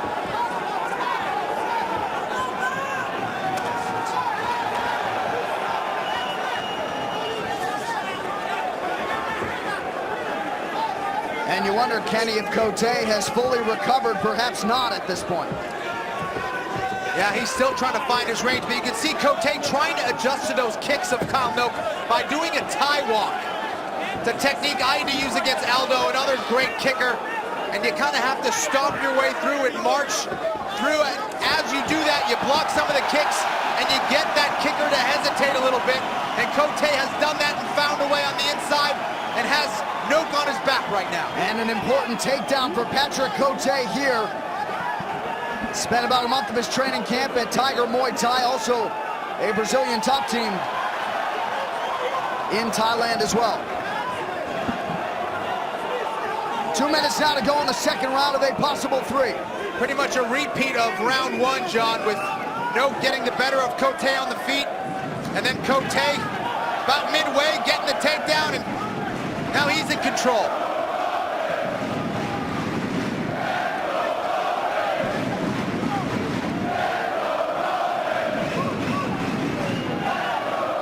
The Cote chants fill in the air here in the building in Quebec City. And for Kyle Noak, it would behoove him to not end rounds 1 and 2 working off of his back. Big elbow from Cote. Yeah, Noak's trying to walk over towards the cages. He eats a couple elbows from Cote.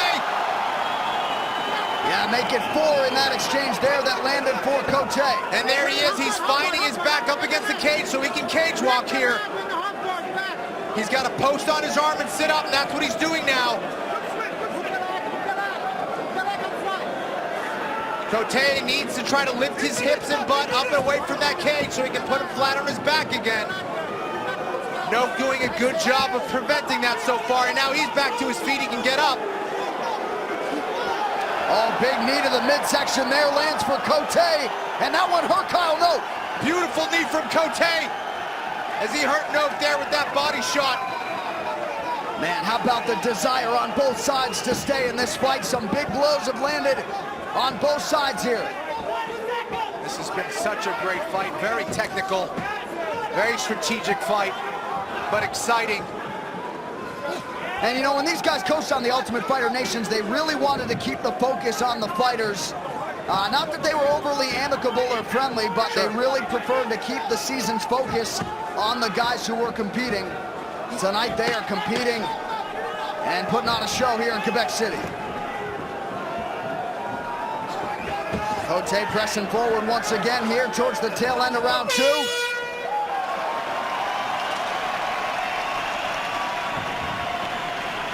there, Carl. Take some big breaths. Carl. 4 big ones. Blow it out. Again. Blow it out. 2 more. Let's take a look at that knee from Kyle Noak there. He just lifted it up at the right time. Boom, right there. Man, does Cote have a great chin. And it looked like Noak was going to have Cote out of there, but we all know about Cote's chin and heart. A beautiful time knee right there. Just a spear to the head of Patrick Cote. All right, don't stay in front of him because that's what he's doing. He's timing you. Puis Pat, on baisse pas la tête s'il te plaît, hein. Quand tu rentres avec l'overhand, tu baisses trop ta tête, tu rentres avec le genou. All right, you get on the ground, you're perfect.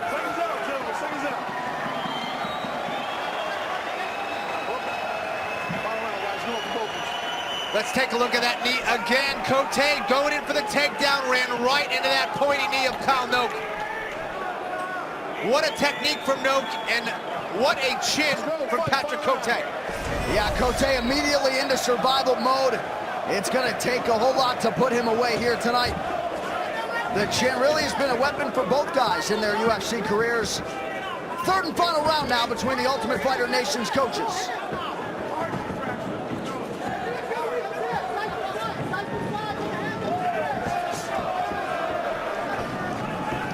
Noak able to escape that overhand right attempt by Cote. And escapes that single as well. Cote putting a lot of pressure on Noak. And Noak is backing straight up. He's going to have to find angles. He has to show more lateral movement against Cote, who you know is going to try to pursue that takedown. A laser-like focus in the eyes of Patrick Cote. Operating out of the southpaw stance here.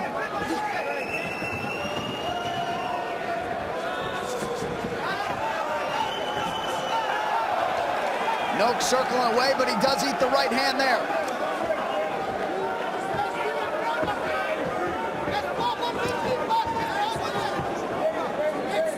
Both guys in tremendous shape, as you might expect, neither party letting up.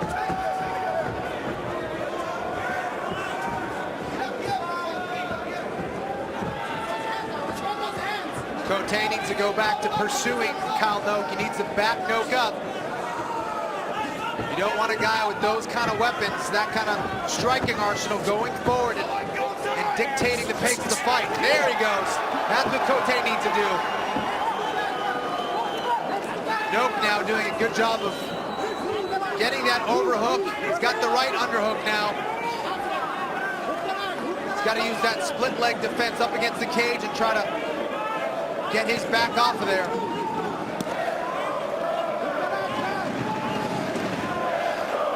Cote working hard here in the clinch, and Noak is able to get out. Under 3 minutes now to go in the fight.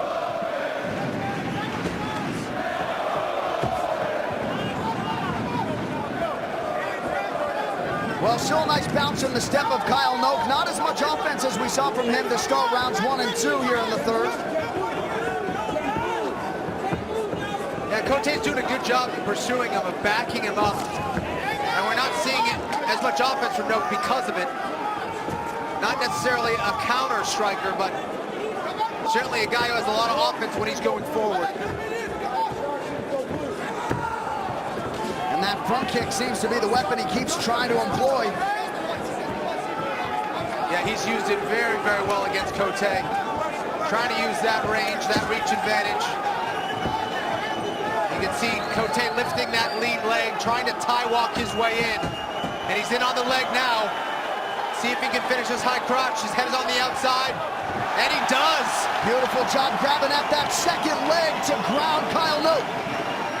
Very good observation there, John. Just kind of did that little reverse knee tap just behind the leg. Very technical takedown.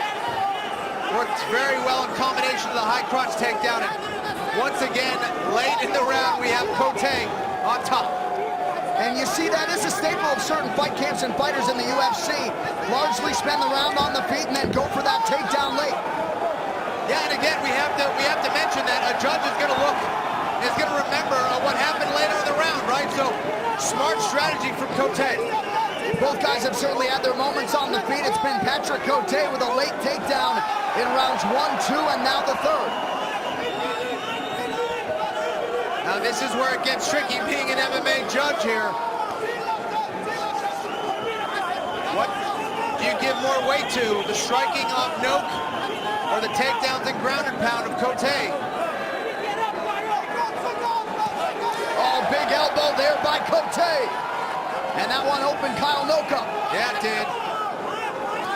Cote keeping a lot of pressure here, staying busy, trying not to let Noke get back to his feet.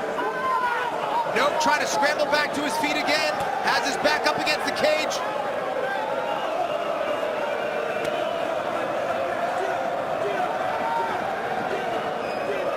Noke working hard to get back to one knee.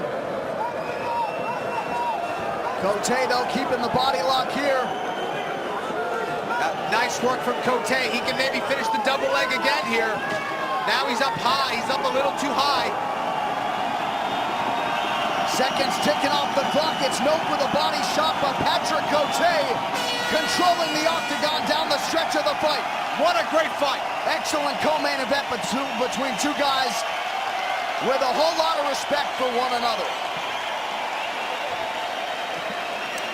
Man, that was a back-and-forth fight right there. The ground game of Cote versus the striking of Noke. I'm glad I'm not a judge. So Patrick Cote looking to complete the Canadian sweep here tonight. We will see if he has done enough to get the win. The official decision is next. It is UFC Fight Night here on Fox Sports 1. John Anna, Kenny Florian with you. We are live in Quebec City. It is UFC Fight Night on America's new sports network, Fox Sports 1. And Saturday, it's doubleheader action on Fox Sports 1 as Mike Trout and the Angels take on reigning AL MVP Miguel Cabrera and the Tigers. Then Diamondbacks taking on the Dodgers. It all begins 12:30 p.m. Eastern on Fox Sports 1 and streaming live on Fox Sports Go. All right, let's go inside the octagon. Bruce Buffer has the official decision. Ladies and gentlemen, after 3 rounds, we go to the judges' scorecards for a decision.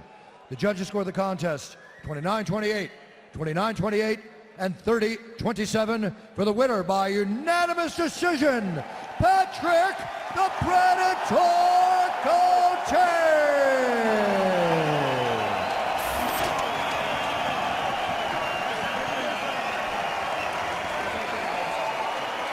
All right, Quebec, I am here with your winner, Patrick Cote.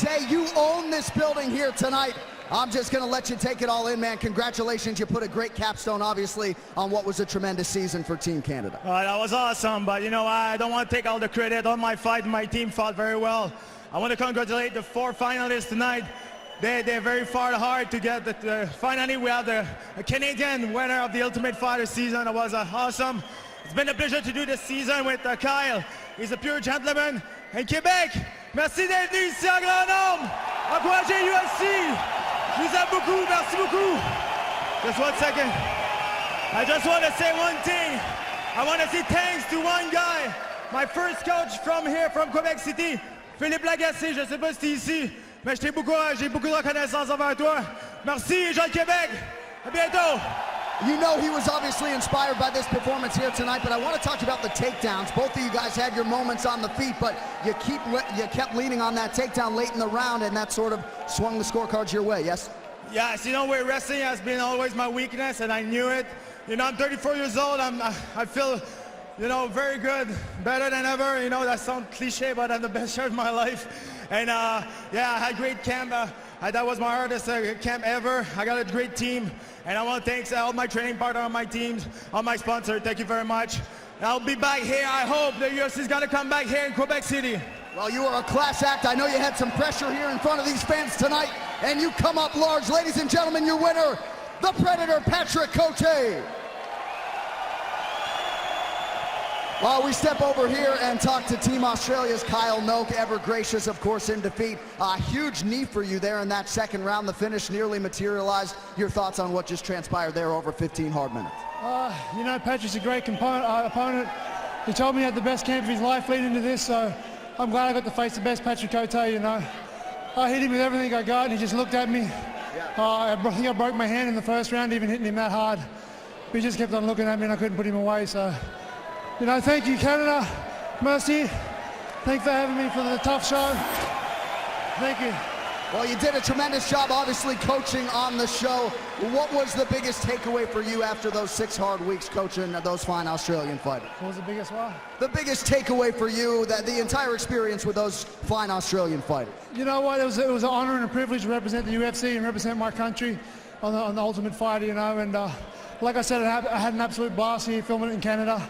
Everybody here was great, so you know, it was a good time. I know it's been a long layoff for you. A privilege to have you back in the octagon. We look forward to your next fight. Congratulations on everything. Ladies and gentlemen, Kyle Noke. Kyle Noke, a true class act and a true mixed martial artist, but it is that man right there who got the sweep for Canada. It was his boys getting it done in the finals, and then it was the coach from Canada getting the win over the Australian Kyle Noke. Very impressive. A lot of Canadian stars here. Francis Carmon, he fights CB Dalloway, co-main event in Berlin, Germany, upcoming on UFC Fight Pass on May 31st. All right, following our main event here tonight, it's the premiere of The Ultimate Fighter. All eyes on BJ Penn and Frankie Edgar. The coaches are BJ Penn and Frankie Edgar, 2 former world champions. Frankie Edgar is a guy who many people believed should have fought at 145 pounds, but didn't, fought at 155 pounds, and beat everybody, including BJ Penn twice. This kid went from being a one-dimensional wrestler to having some of the best hands and knockouts and you know, toe-to-toe wars. BJ Penn is one of the legends of the sport. He basically built the 155-pound division in the UFC, and he had a world championship at 170 pounds and a world championship at 155 pounds. BJ coached season 5 of The Ultimate Fighter. You know, BJ just made the whole thing crazy. I mean, anything is possible with BJ. So BJ called me and said, I want another shot at Frankie Edgar. I shouldn't have lost to him once, let alone twice, and I want this shot. And I called Frankie Edgar, and Frankie Edgar said I would love to give him that opportunity again. I will fight BJ and I will coach against him. So I think there might be some tension the first day, but other than that, I think they both respect each other.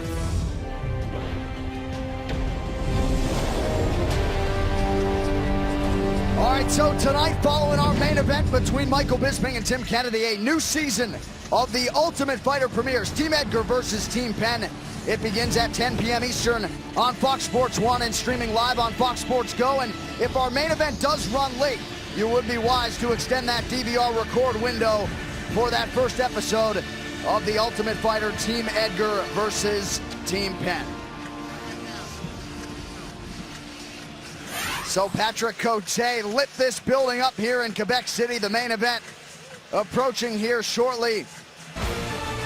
After the break, though, we hit up the studio. They will dissect our main event. Michael Bisping and Tim Kennedy. The wait is nearly over. Stay with us. UFC Fight Night is live on Fox Sports 1.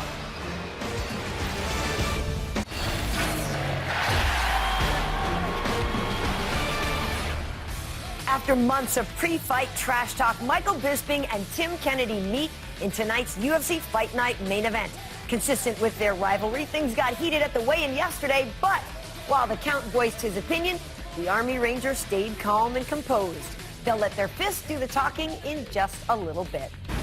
Well, welcome inside our Fox Sports studio in Los Angeles, California. Karen Bryant, Daniel Cormier, and UFC lightweight champion Anthony Showtime Penn is here with you. And guys, we want to talk about this fight, the main event. It has been almost a full year since we've seen Michael Bisping in action. DC, yesterday he looked fired up and ready to go. Yeah, he always is ready to go. You know, Michael Bisping does talk the talk. We know that. But he also walks the walk. When he steps into the octagon, he is all business. Great footwork, sharp, crisp boxing. Takedowns, it's okay. Michael Bisping pops right up, it zaps your energy, and he gets right back in your face because his cardio always holds up in these long fights. Michael Bisping has been at the top of this division for a really long time, and he's going to be at the top of this division for a long time to come. Anthony, let's talk about his opponent, Tim Kennedy. He's pretty much the prototypical American hero, Army Ranger, Special Forces, Green Beret. He's got a sniper experience. All that experience outside of the octagon really kind of makes the pressures inside the place look like a walk in the park. Do you think he's ready for this opportunity, though, this fight?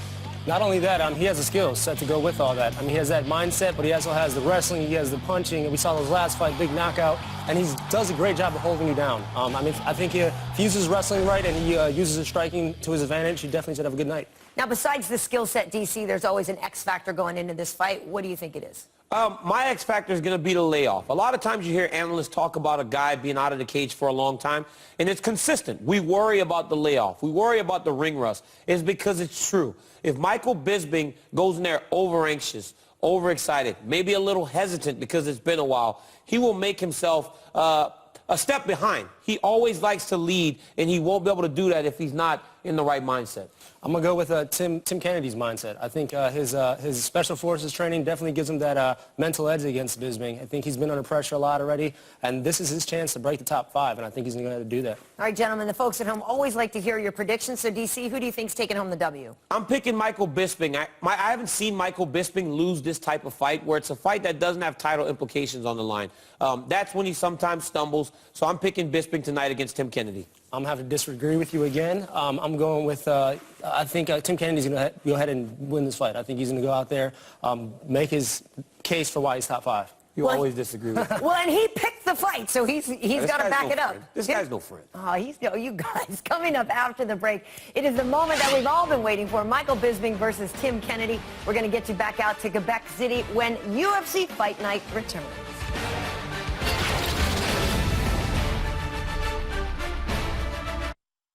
Hi, I'm Claire Balding, and I'm here to tell you all about the European Football Show. Life's a pitch. Sports Hub. Let me finish, guys. The Claire Balding Show has amazing guests. As does BTSP. And UFC Beyond the Octagon. I do have a live studio audience. So does Rugby Tonight. And MotoGP tonight. We don't have tonight in our title. Boxing Tonight does. I think we can all agree that BT Sport has some pretty amazing studio shows. Yes. Yes, we do. Yes.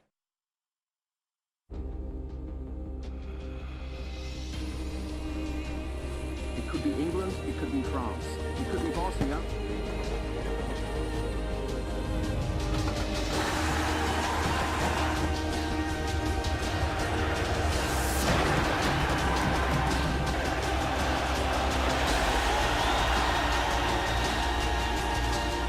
Scan your bud for the chance to win tickets to the 2014 FIFA World Cup final.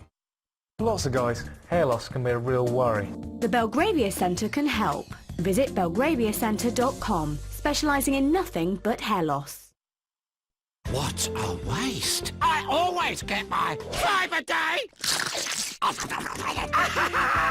Pepperami, it's a bit of an animal.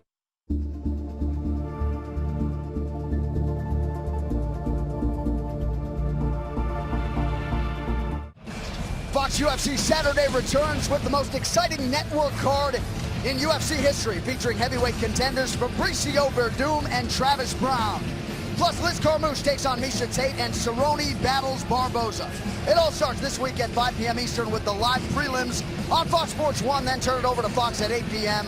for the main card.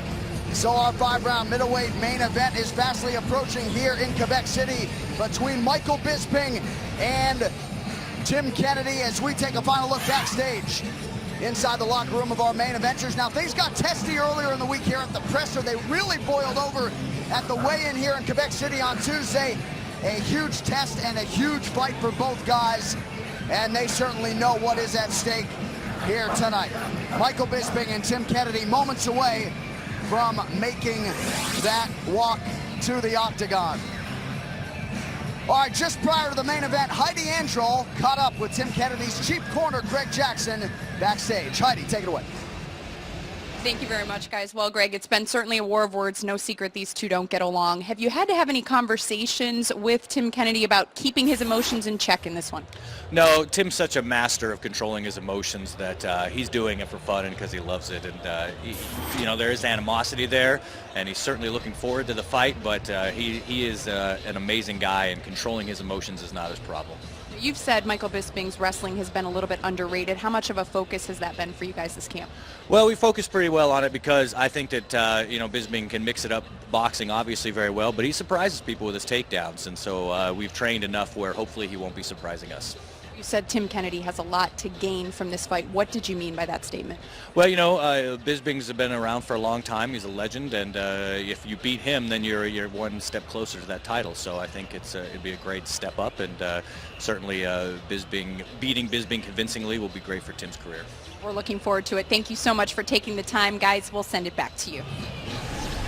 All right, Heidi, Greg, thank you very much. A lot of contenders now at the top of this 185-pound division. There really is no overstating just how big this main event is here tonight between two guys who are trying to get to that precipice, Michael Bisping and Tim Kennedy. Huge fight in the middleweight division. If you don't want to be a champion of the sport, you don't belong in the UFC, period. I mean, both of these guys are looking for challenges. Michael Bisping knows the challenge that's in front of him with Tim Kennedy, and Tim Kennedy wants to move up the rankings. Everyone wants to beat a name like Michael Bisping, a guy who's been a top middleweight for many, many years. Yeah, all the middleweights call him out. And speaking of those rankings, want to take an updated look at the rankings in the UFC's middleweight division. Of course, Chris Weidman reigns supreme as the champion. Anderson Silva nursing that leg injury. Lyoto Machida is next for Chris Weidman. Vitor Belfort, of course, is still lurking. Jacare Souza. And there you see Michael Bisping and Tim Kennedy still firmly in the mix. Well, you said it best earlier tonight, John. The middleweight division has never been healthier than the UFC. This is a group of killers right here. Amazing the kind of competition there in middleweight. And Michael Bisping is one of the more successful fighters, at least in terms of UFC wins in promotional history. Already 14 wins, 10 in the middleweight division, but he is still in search of that elusive title shot. Yep. And tonight he feels like potentially a win over Tim Kennedy will get him perhaps one win away from getting a crack at the champion. Yeah, absolutely. I mean, Michael Bisping has always been right there, almost has, it's been so close to getting that shot at the title, and he knows that the win over Tim Kennedy, he definitely will be that much closer to fight for the belt. And Tim Kennedy certainly recognizing Michael Bisping's status and place in the sport. As you see a live shot of Tim Kennedy killing time backstage, but he likes this matchup stylistically, and he feels like he's going to come out here and seize the moment here tonight in what is his second straight UFC main event. Well, to beat Michael Bisping, you're going to have to nullify that jab. You're going to have to cut up the cage. Michael Bisping is so good at using that footwork, at getting in and getting out. He finds his range. Tim Kennedy definitely has his work cut out for him. But you know that he has the strategy built up with Greg Jackson and Winklejohn in his corner. Well, the preamble to this fight has just been fantastic, but the words are now ready to give way to the action. Bragging rights at stake. Michael Bisping, Tim Kennedy right now. It's been a tough year. I detached the retina, had the surgery, there was complications on top of that as well. So pretty much everything that can go wrong with an eye went wrong with my eye, and yeah, it was tough, but I am a fighter, and in some ways this was the hardest fight of my life. I'm coming back bigger, better, stronger than ever. Unbelievable action! That's all! Technical decision over Alan Belcher at UFC 159. Nearly 7 years in the UFC for Michael Bisping as he continues to track down a title shot here at 185 pounds.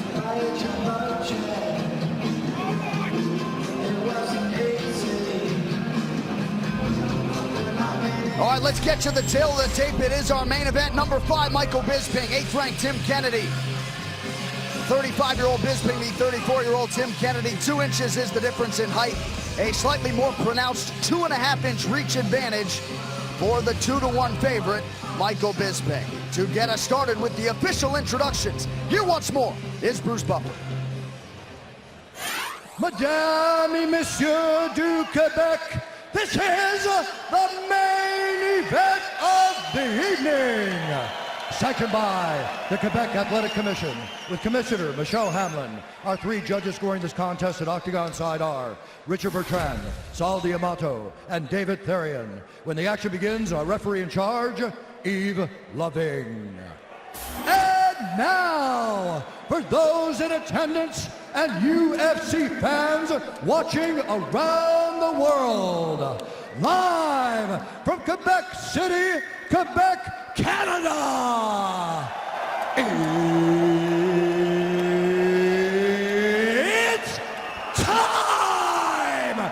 5 rounds in the UFC middleweight division.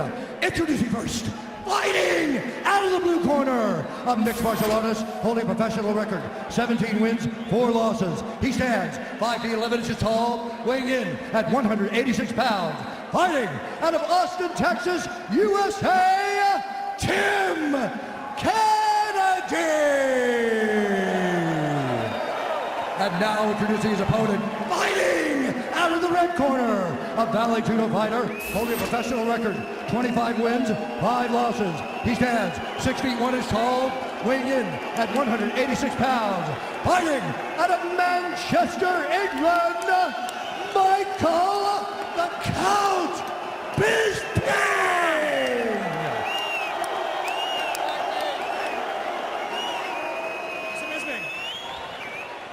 Protect yourself at all time, obey my command at all time. If you want to touch left, do it now, go back to your corner. And if you took yes on the will they touch gloves prop, go cash that ticket, ladies and gentlemen. How about that? All right, Tim Kennedy and Michael Bisping. Man, this main event feels like a long time coming, and it's here. The Fight Clock is brought to you by Transcendence from Warner Brothers Pictures, in theaters Friday, rated PG-13. Yeah, Bisping did touch gloves, but kind of treated it like a strike. Right. Push it away. It is Michael Bisping in the red trunks and Tim Kennedy in the black.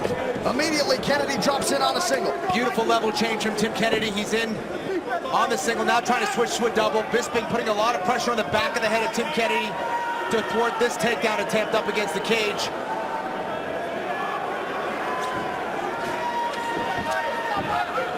Tim Kennedy's got a deep double now, and Bisping's on his back, but this is where the fight takes place right here for Tim Kennedy. Can he keep Bisping flat on his back right now? Bisping trying to get to his knees, and a beautiful pickup. Tim Kennedy made a little table. By that I mean he placed that leg up on his leg to keep him pinned. And what beautiful work from Tim Kennedy to keep Bisping flat on his back. And as Bisping attempted a few strikes there, compromised a little bit of position, and now Kennedy trying to work him away from the fence. Bisping trying to create distance. Trying to create space, and Tim Kennedy trying to work on a mount from here. We've seen BJ Penn utilize this guard pass and mount many times. He's got that near side underhook, John, and it is a very difficult guard pass to stop. Tim Kennedy's just waiting to mount. Let's see if he does it. He's gonna try to throw that left leg up and over. And he's almost done it, but a nice butterfly guard from Michael Bisping to prevent it. Well, and fighting Tim Kennedy, it just makes for a suffocating day at the office, and at least in the early going here, he has been able to keep Michael Bisping planted. This is what Kennedy wants, though. This is exactly what he wants. He's done an excellent job so far. Frustrating Bisping here on the mat. Michael now working on getting back to his feet. He's staying nice and composed. And look, he's gonna try to make that table again. See how he's lifting that near side leg? He's gonna try to prop it up on his leg. If Bisping tries to come up, he's gonna prop that leg up on his leg and create a table. After the main event here, it's the premiere of The Ultimate Fighter, Team Edgar versus Team Penn, 10 o'clock Eastern here on Fox Sports 1. It also streams live on Fox Sports Go, and don't forget to extend that DVR window. Main event could go late here tonight in Quebec. Michael Bisping back to his feet here. Tim Kennedy, though, with that body lock from the back position. Trying to chip away with some knees, and Michael trying to do some heel kicks from this position. So it took a couple minutes. Bisping gets back to his feet, only to get canvassed again by Kennedy. And look at this, Kennedy almost into mount. Michael Bisping was trying to counter that back body lock with a Kimura. Tim Kennedy a step ahead. Well, no secret to the strategy to be employed by Tim Kennedy here tonight, and so far so good. The takedown has been there. Nice guard retention there from Michael Bisping. Still in the half guard. Might be trying to set up a Kimura from half guard. Can be tough to finish from there. It can be tough to finish the submission, but it can work nicely as a reversal. Might be trying to set that up. And one thing about Tim Kennedy that everyone walks away after training with him is how strong he is and how good he is on the mat. And he has Michael Bisping in the mount right now. Yeah, nice transition as he slipped over the legs. Bisping trying to buck him off. Unable to do so, at least to this point, as Kennedy maintains the mount. That is some nice hip work there from Tim Kennedy to retain mount there against Bisping. Bisping relinquishes the back. And now Kennedy trying to sink in on a choke. Oh man, Michael Bisping may be in trouble here. He's doing a good job of fighting the wrist here. Now he's in a much better position. Excellent defense from Michael Bisping.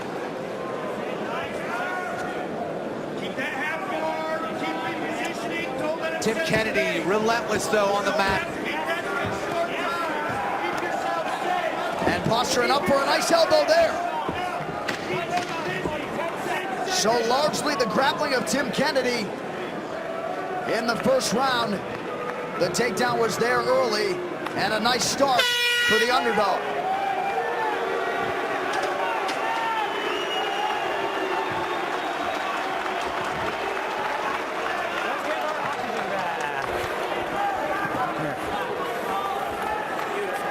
Deep breaths. Bring that heart rate down for me. Give me about 100 even. 2 more. Excellent round. Do a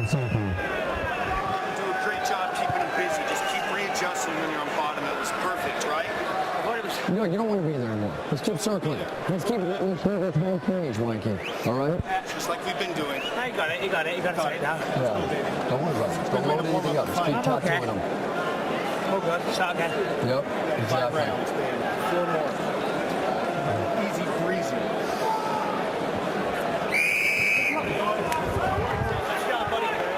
Deep breaths, Tim. Let's work.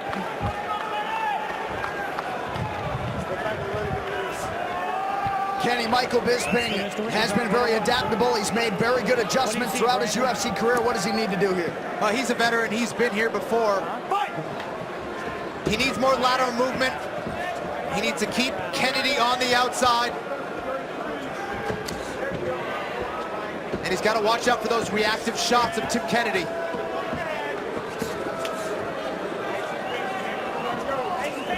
And it will be interesting to hear from Michael Bisping after the fight in terms of that eye injury, the detached retina sustained in training, how that is impacting his vision here on Fight Night.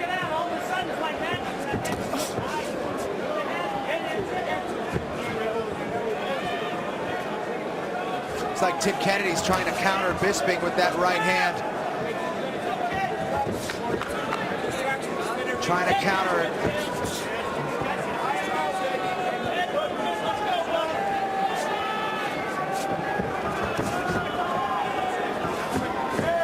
Bisping able to land with the left hand there. Yeah, that's a nice stiff jab from Michael Bisping.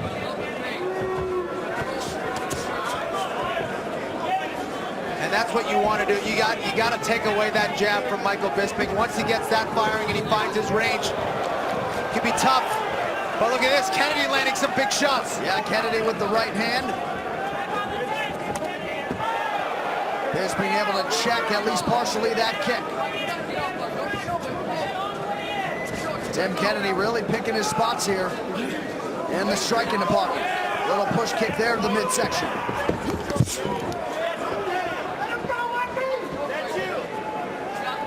Nice little signature 1-2 for Michael Bisping, and able to keep Kennedy on the outside. He saw that takedown coming. And, you know, Bisping, very matter-of-fact between rounds for those of you who were in commercial break. He said, yeah, I got the takedown, you know. Now Bisping getting the hands going a little bit. I feel like Kennedy's baiting him into that right hand. I feel like he's leading Michael Bisping in. Might be playing possum a little bit. Kennedy changes levels. Bisping trying to use that fence to his advantage. And it'd be a huge win for Bisping here to stay upright.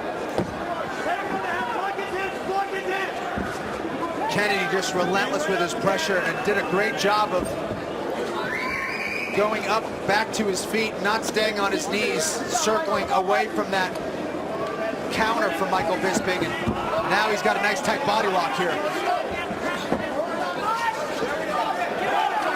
So a win there for Michael Bisping to get separation as we approach the 2-minute mark. Beautiful defensive wrestling from Michael Bisping there up against the cage. But Tim Kennedy very slick in that position. Flying knee there from Bisping. But Kennedy appeared to block it.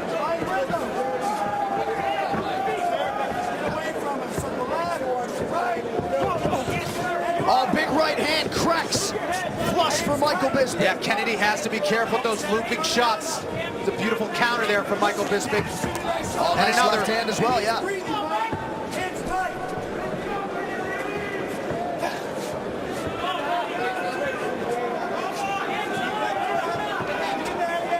Kennedy keeps switching stances here.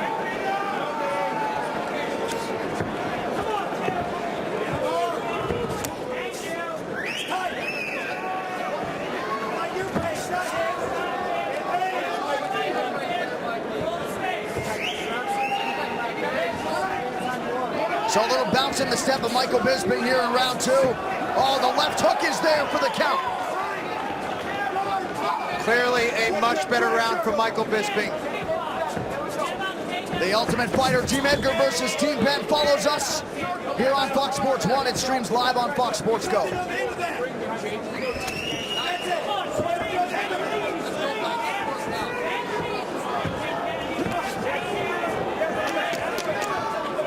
There's that right hand of Tim Kennedy.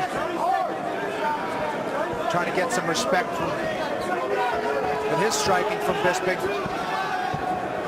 And perhaps trying to bait Bisping towards the fence to set up a takedown. Left hook for Kennedy. Bisping misses on the return exchange. Yeah, Kennedy really trying to land that right hand. He's trying to bait Bisping into that right hand, but Michael Bisping with a lightning quick 1-2. So Bisping getting the striking going here in our second round. Round 3 after this.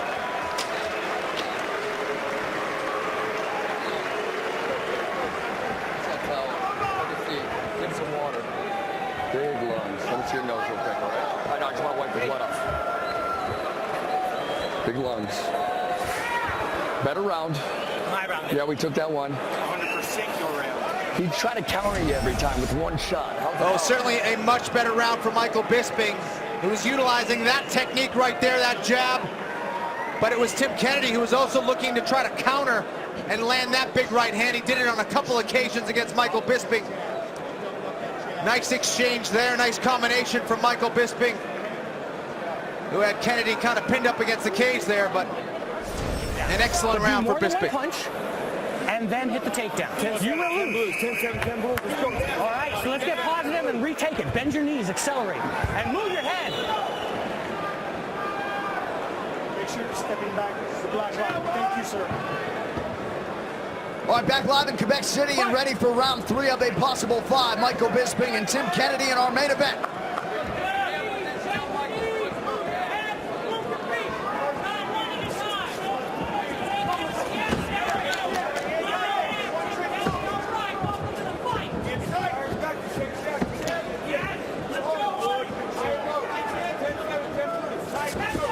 And And when fighting a guy like Tim Kennedy, the thwarting of a takedown is just so vital. I mean, seconds, precious seconds just tick off the clock as soon as he gets you on your back, and there goes the round, essentially. So yeah, and we saw what he did there. I mean, not many people have ever done that to Michael Bisping. Huge shot from Kennedy, against Michael Bisping. Landed a huge right hand that may have stunned Bisping, and it allowed Kennedy to change levels beautifully and hit that double. So Michael Bisping now forced to work off of the canvas once again. Keep working, stay busy, don't let him lay on you.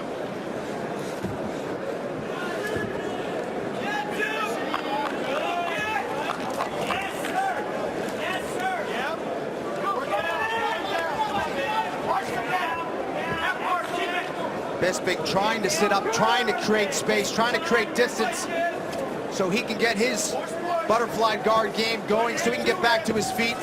But Kennedy just on him like a wet blanket right now, just countering again and again those escapes from Bisping. And you know, as relentless as Tim Kennedy is, there is no lack of effort on the part of Michael Bisping to try to escape. He is constantly in motion. Not at all. And not a lot of people could do this to Michael Bisping. And look at this knee slide guard pass from Tim Kennedy. He's inside control. Two of the more conditioned middleweights on the roster. That cardio figures to be tested here over the fight's final 13 minutes.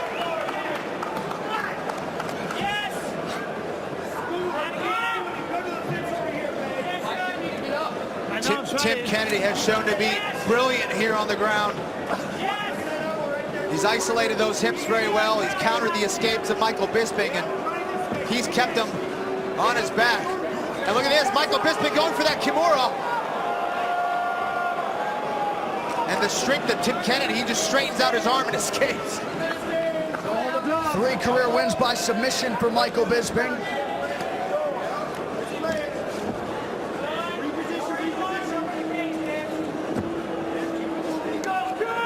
Kennedy inside control briefly, only to be right back into the half guard of Michael Bisping.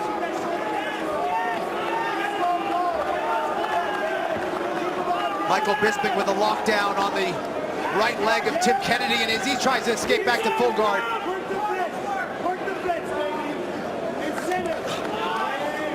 And for those of you at home, if it's fatiguing to watch at times, imagine what it's like being in there. Both of these guys really putting out. Tim Kennedy is so technical, very methodical as he moves from side control into mount once again, showing his dominance on the mat. Michael Bisping, though, has defended or has prevented any submission attempts really from Tim Kennedy thus far, but he's been outpositioned. A seamless and important transition for Tim Kennedy, and now landing flush with a few left hands. Nice escape from Michael Bisping. Let's see if he can cage walk and get back to his feet. That is something that Tim Kennedy has found an answer to.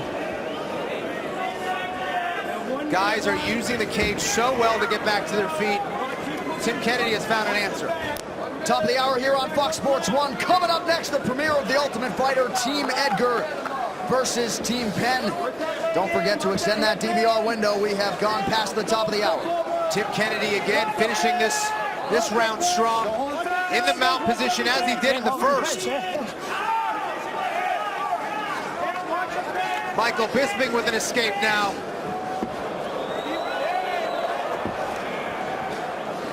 Kennedy still inside control.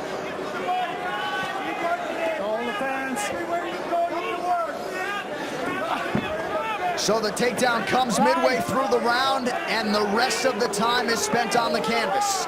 Not where Michael Bisping wants to be. No, not at all. The first round, Kennedy. Second round, Bisping. Third round, Kennedy once again.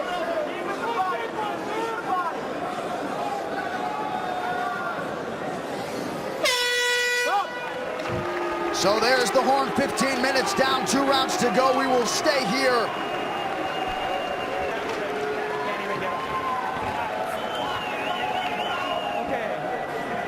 Deep breaths. Let's take a look at that right hand and level change, landed a beautiful right hand and a quick level change, high crotch into double for Tim Kennedy, showing great fluidity in his MMA game.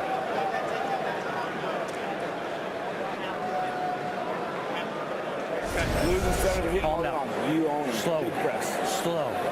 Slow down. Okay, these last couple rounds are about your cardio and your heart, okay? If you bend your knees and move your head and accelerate, you will win this fight, okay? I don't care how tired you get in there. I don't care how hard you're breathing. You will not stop for me, Tim Kennedy. Offline. Let's go. Specialist Kennedy.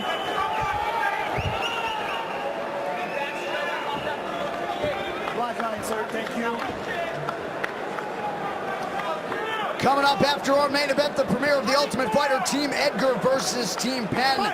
For now, though, the spotlight shines on these two men, Michael Bisping and Tim Kennedy. Great response by Bisping after that first round. We'll see how he responds here in round 4.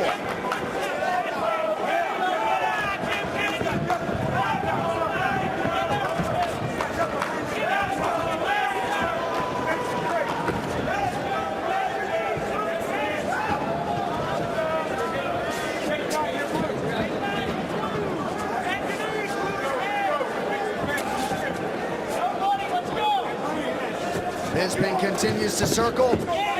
Kennedy whiffs on the left hand there. Yeah, Kennedy has to be careful to not wing punches like that. Could get countered by Bisping. But what Kennedy has used so well are reactive shots.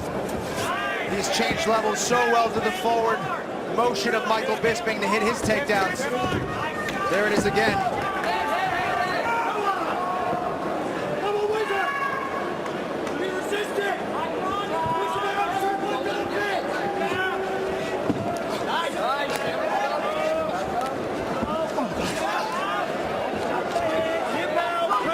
Tim Kennedy doing a great job of going from that single. He starts low, but really raises up nicely to a pretty body lock. Had it very tight. Michael Bisping countering very well now. And he's out. Nice escape there by Michael Bisping, and a hugely important one given where we're at in this fight. You know, Bisping has been an outstanding volume striker in the UFC. We're seeing less volume here tonight, and perhaps that a nod of respect to that takedown of Tim Kennedy. Well, that's exactly what it is. Every time he goes forward, every time he's looking for a combination of his own, Tim Kennedy is using that reactive shot, and that's shutting down his offense. But this is not what Tim Kennedy wants. Tim Kennedy does not want to be pinned up against the cage against Michael Bisping. He needs to be in the open mat where he can hit his takedowns. Michael Bisping will tee off on you if you get pinned up against the cage. And Kennedy breathing heavy a little bit. Bisping seemingly the fresher fighter here as we approach the midpoint of round 4. I don't think Kennedy is taking a round off here, but it seems like both guys are kind of, it's one up, one down, one up, one down. And Kennedy able to land a right hand there. And both guys able to land in that exchange. Nothing flat-footed about Michael Bisping here, trying to pick his spots, but it's Kennedy landing. Nice right hand. Got Michael Bisping's attention for sure. Once again, Bisping forced to stuff the takedown. He's able to do it there. Here's a tight body lock from Tim Kennedy. Michael Bisping fights to get that underhook, and he's out. Showing excellent defensive wrestling here, John, from the clinch and up against the cage is Michael Bisping. Bisping able to land with a left hand that clips Kennedy. Nice left hook from Tim Kennedy. It has been there at times. And that is the detached retina side. That is the right eye of Michael Bisping. I'm surprised Tim Kennedy hasn't looked for that hook more often, maybe fake. There's the right hand. Shortly after Bisping had landed a left, a big right for Kennedy. And Michael Bisping is hurt. Bisping trying to recover here. His legs are a little wobbly there, John. And he did open up a cut on the bridge of the nose of Tim Kennedy. Tim Kennedy definitely hurt him with that right hand. Now he goes to the other side. To that right eye of Michael Bisping. Really an interesting technical chess match here tonight between two of the top 10 bantam middleweights in the world. Big land there. Big right hand from Tim Kennedy that Michael Bisping just ate. And there's a big right hand to end the combination for Bisping. Yeah, his patented 1-2 just landed on Tim Kennedy's face, and then he goes upstairs with a kick. The right hand there for Kennedy once again. Bisping eats it without issue. Man, Tim Kennedy finding his mark, though. How many more of those right hands can Michael Bisping take?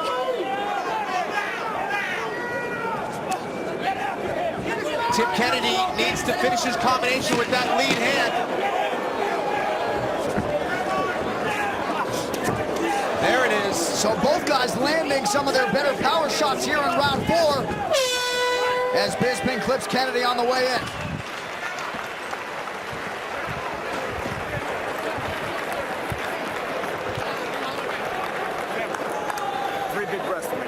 Calm down, Mr. Kennedy. Let's take a look at those two right hands from Tim Kennedy here. Boom! Lucky for Bisping, it was on his forehead. It definitely hurt him still, but if that landed on the chin, that could have been lights out. Oh, that one landed on the chin. The other one was on the forehead. And Michael Bisping ate that one, man. Woo! And there you can see Tim Kennedy trying to finish with that lead hand, as I mentioned earlier. All right. Good when stuff you're from going Tim to Kennedy. hit him, you do beautifully. It's when you stand up straight and back up against the cage. I don't care how tired you get, Tim Kennedy, you follow the game plan. Bend the knees, move the head, bend the knees. You do that for 5 minutes and you're going to win. Bend the knees, move the head, Tim. I don't want to see standing straight, and I don't want to see you next to the cage.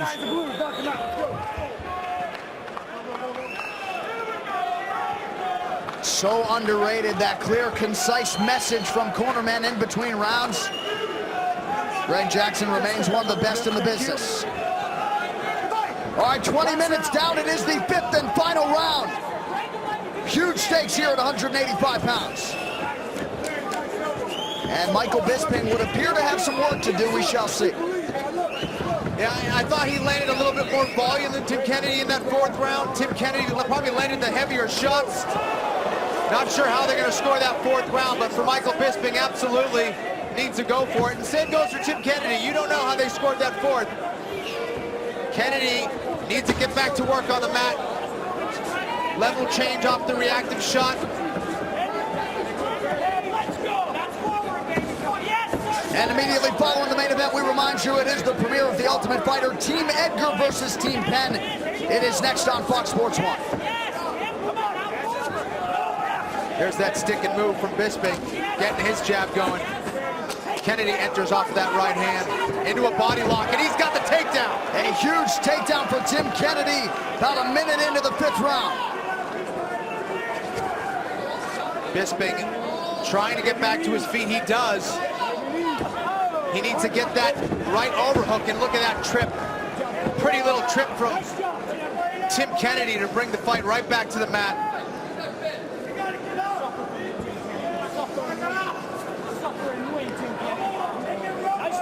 But how about that wrestling at Tim Kennedy as he moves right in the mount using that BJ Penn guard pass.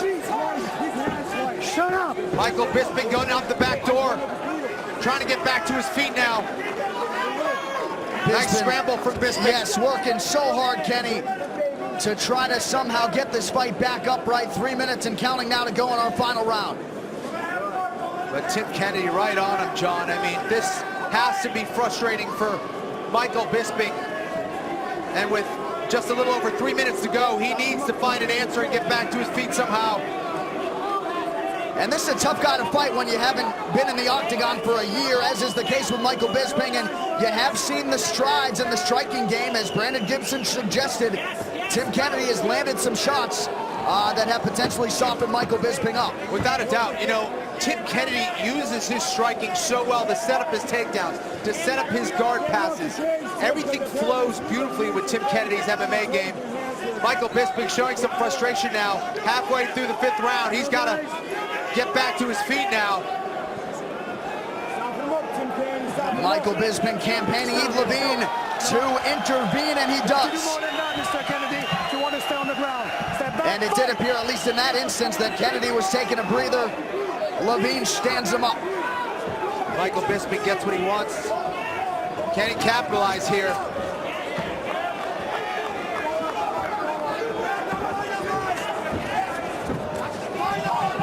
Under 2 minutes now to go in the fight. Bisping able to land there, but he might need some volume here down the stretch. Nice combination for Bisping there.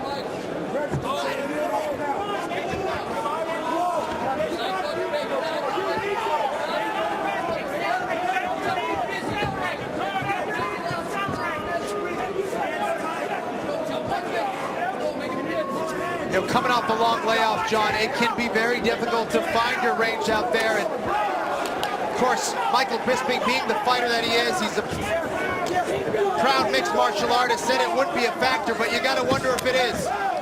Finding his range here against Tim Kennedy has been difficult, and of course, you have to give credit to Tim Kennedy, who has mixed things in very, very well. Shown a nice mixed bag of mixed martial arts. You know, and perhaps the outcome hinges on that fourth round. You know, early takedown in the fifth year for Kennedy, and he lands a big right hand there. But Bisping with a bounce in his step still, and you just have to admire both of these guys here in the waning minute of the fight. Both of these guys so well conditioned. Bisping really trying to push the pace now.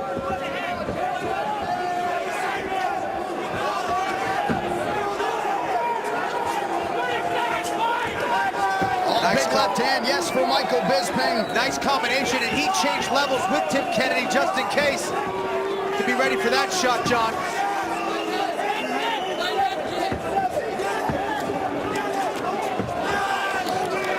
Another nice shot from Bisping.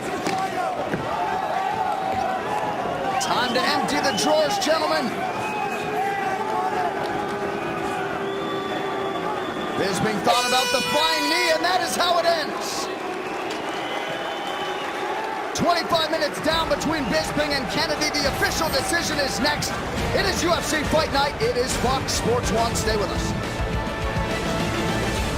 So decision. Ladies and gentlemen, after 5 rounds, we go to the judges' scorecards for decision. The judges score the contest 49-46, 49-46, and 50-45. Declaring the winner by unanimous decision, Tim Kennedy.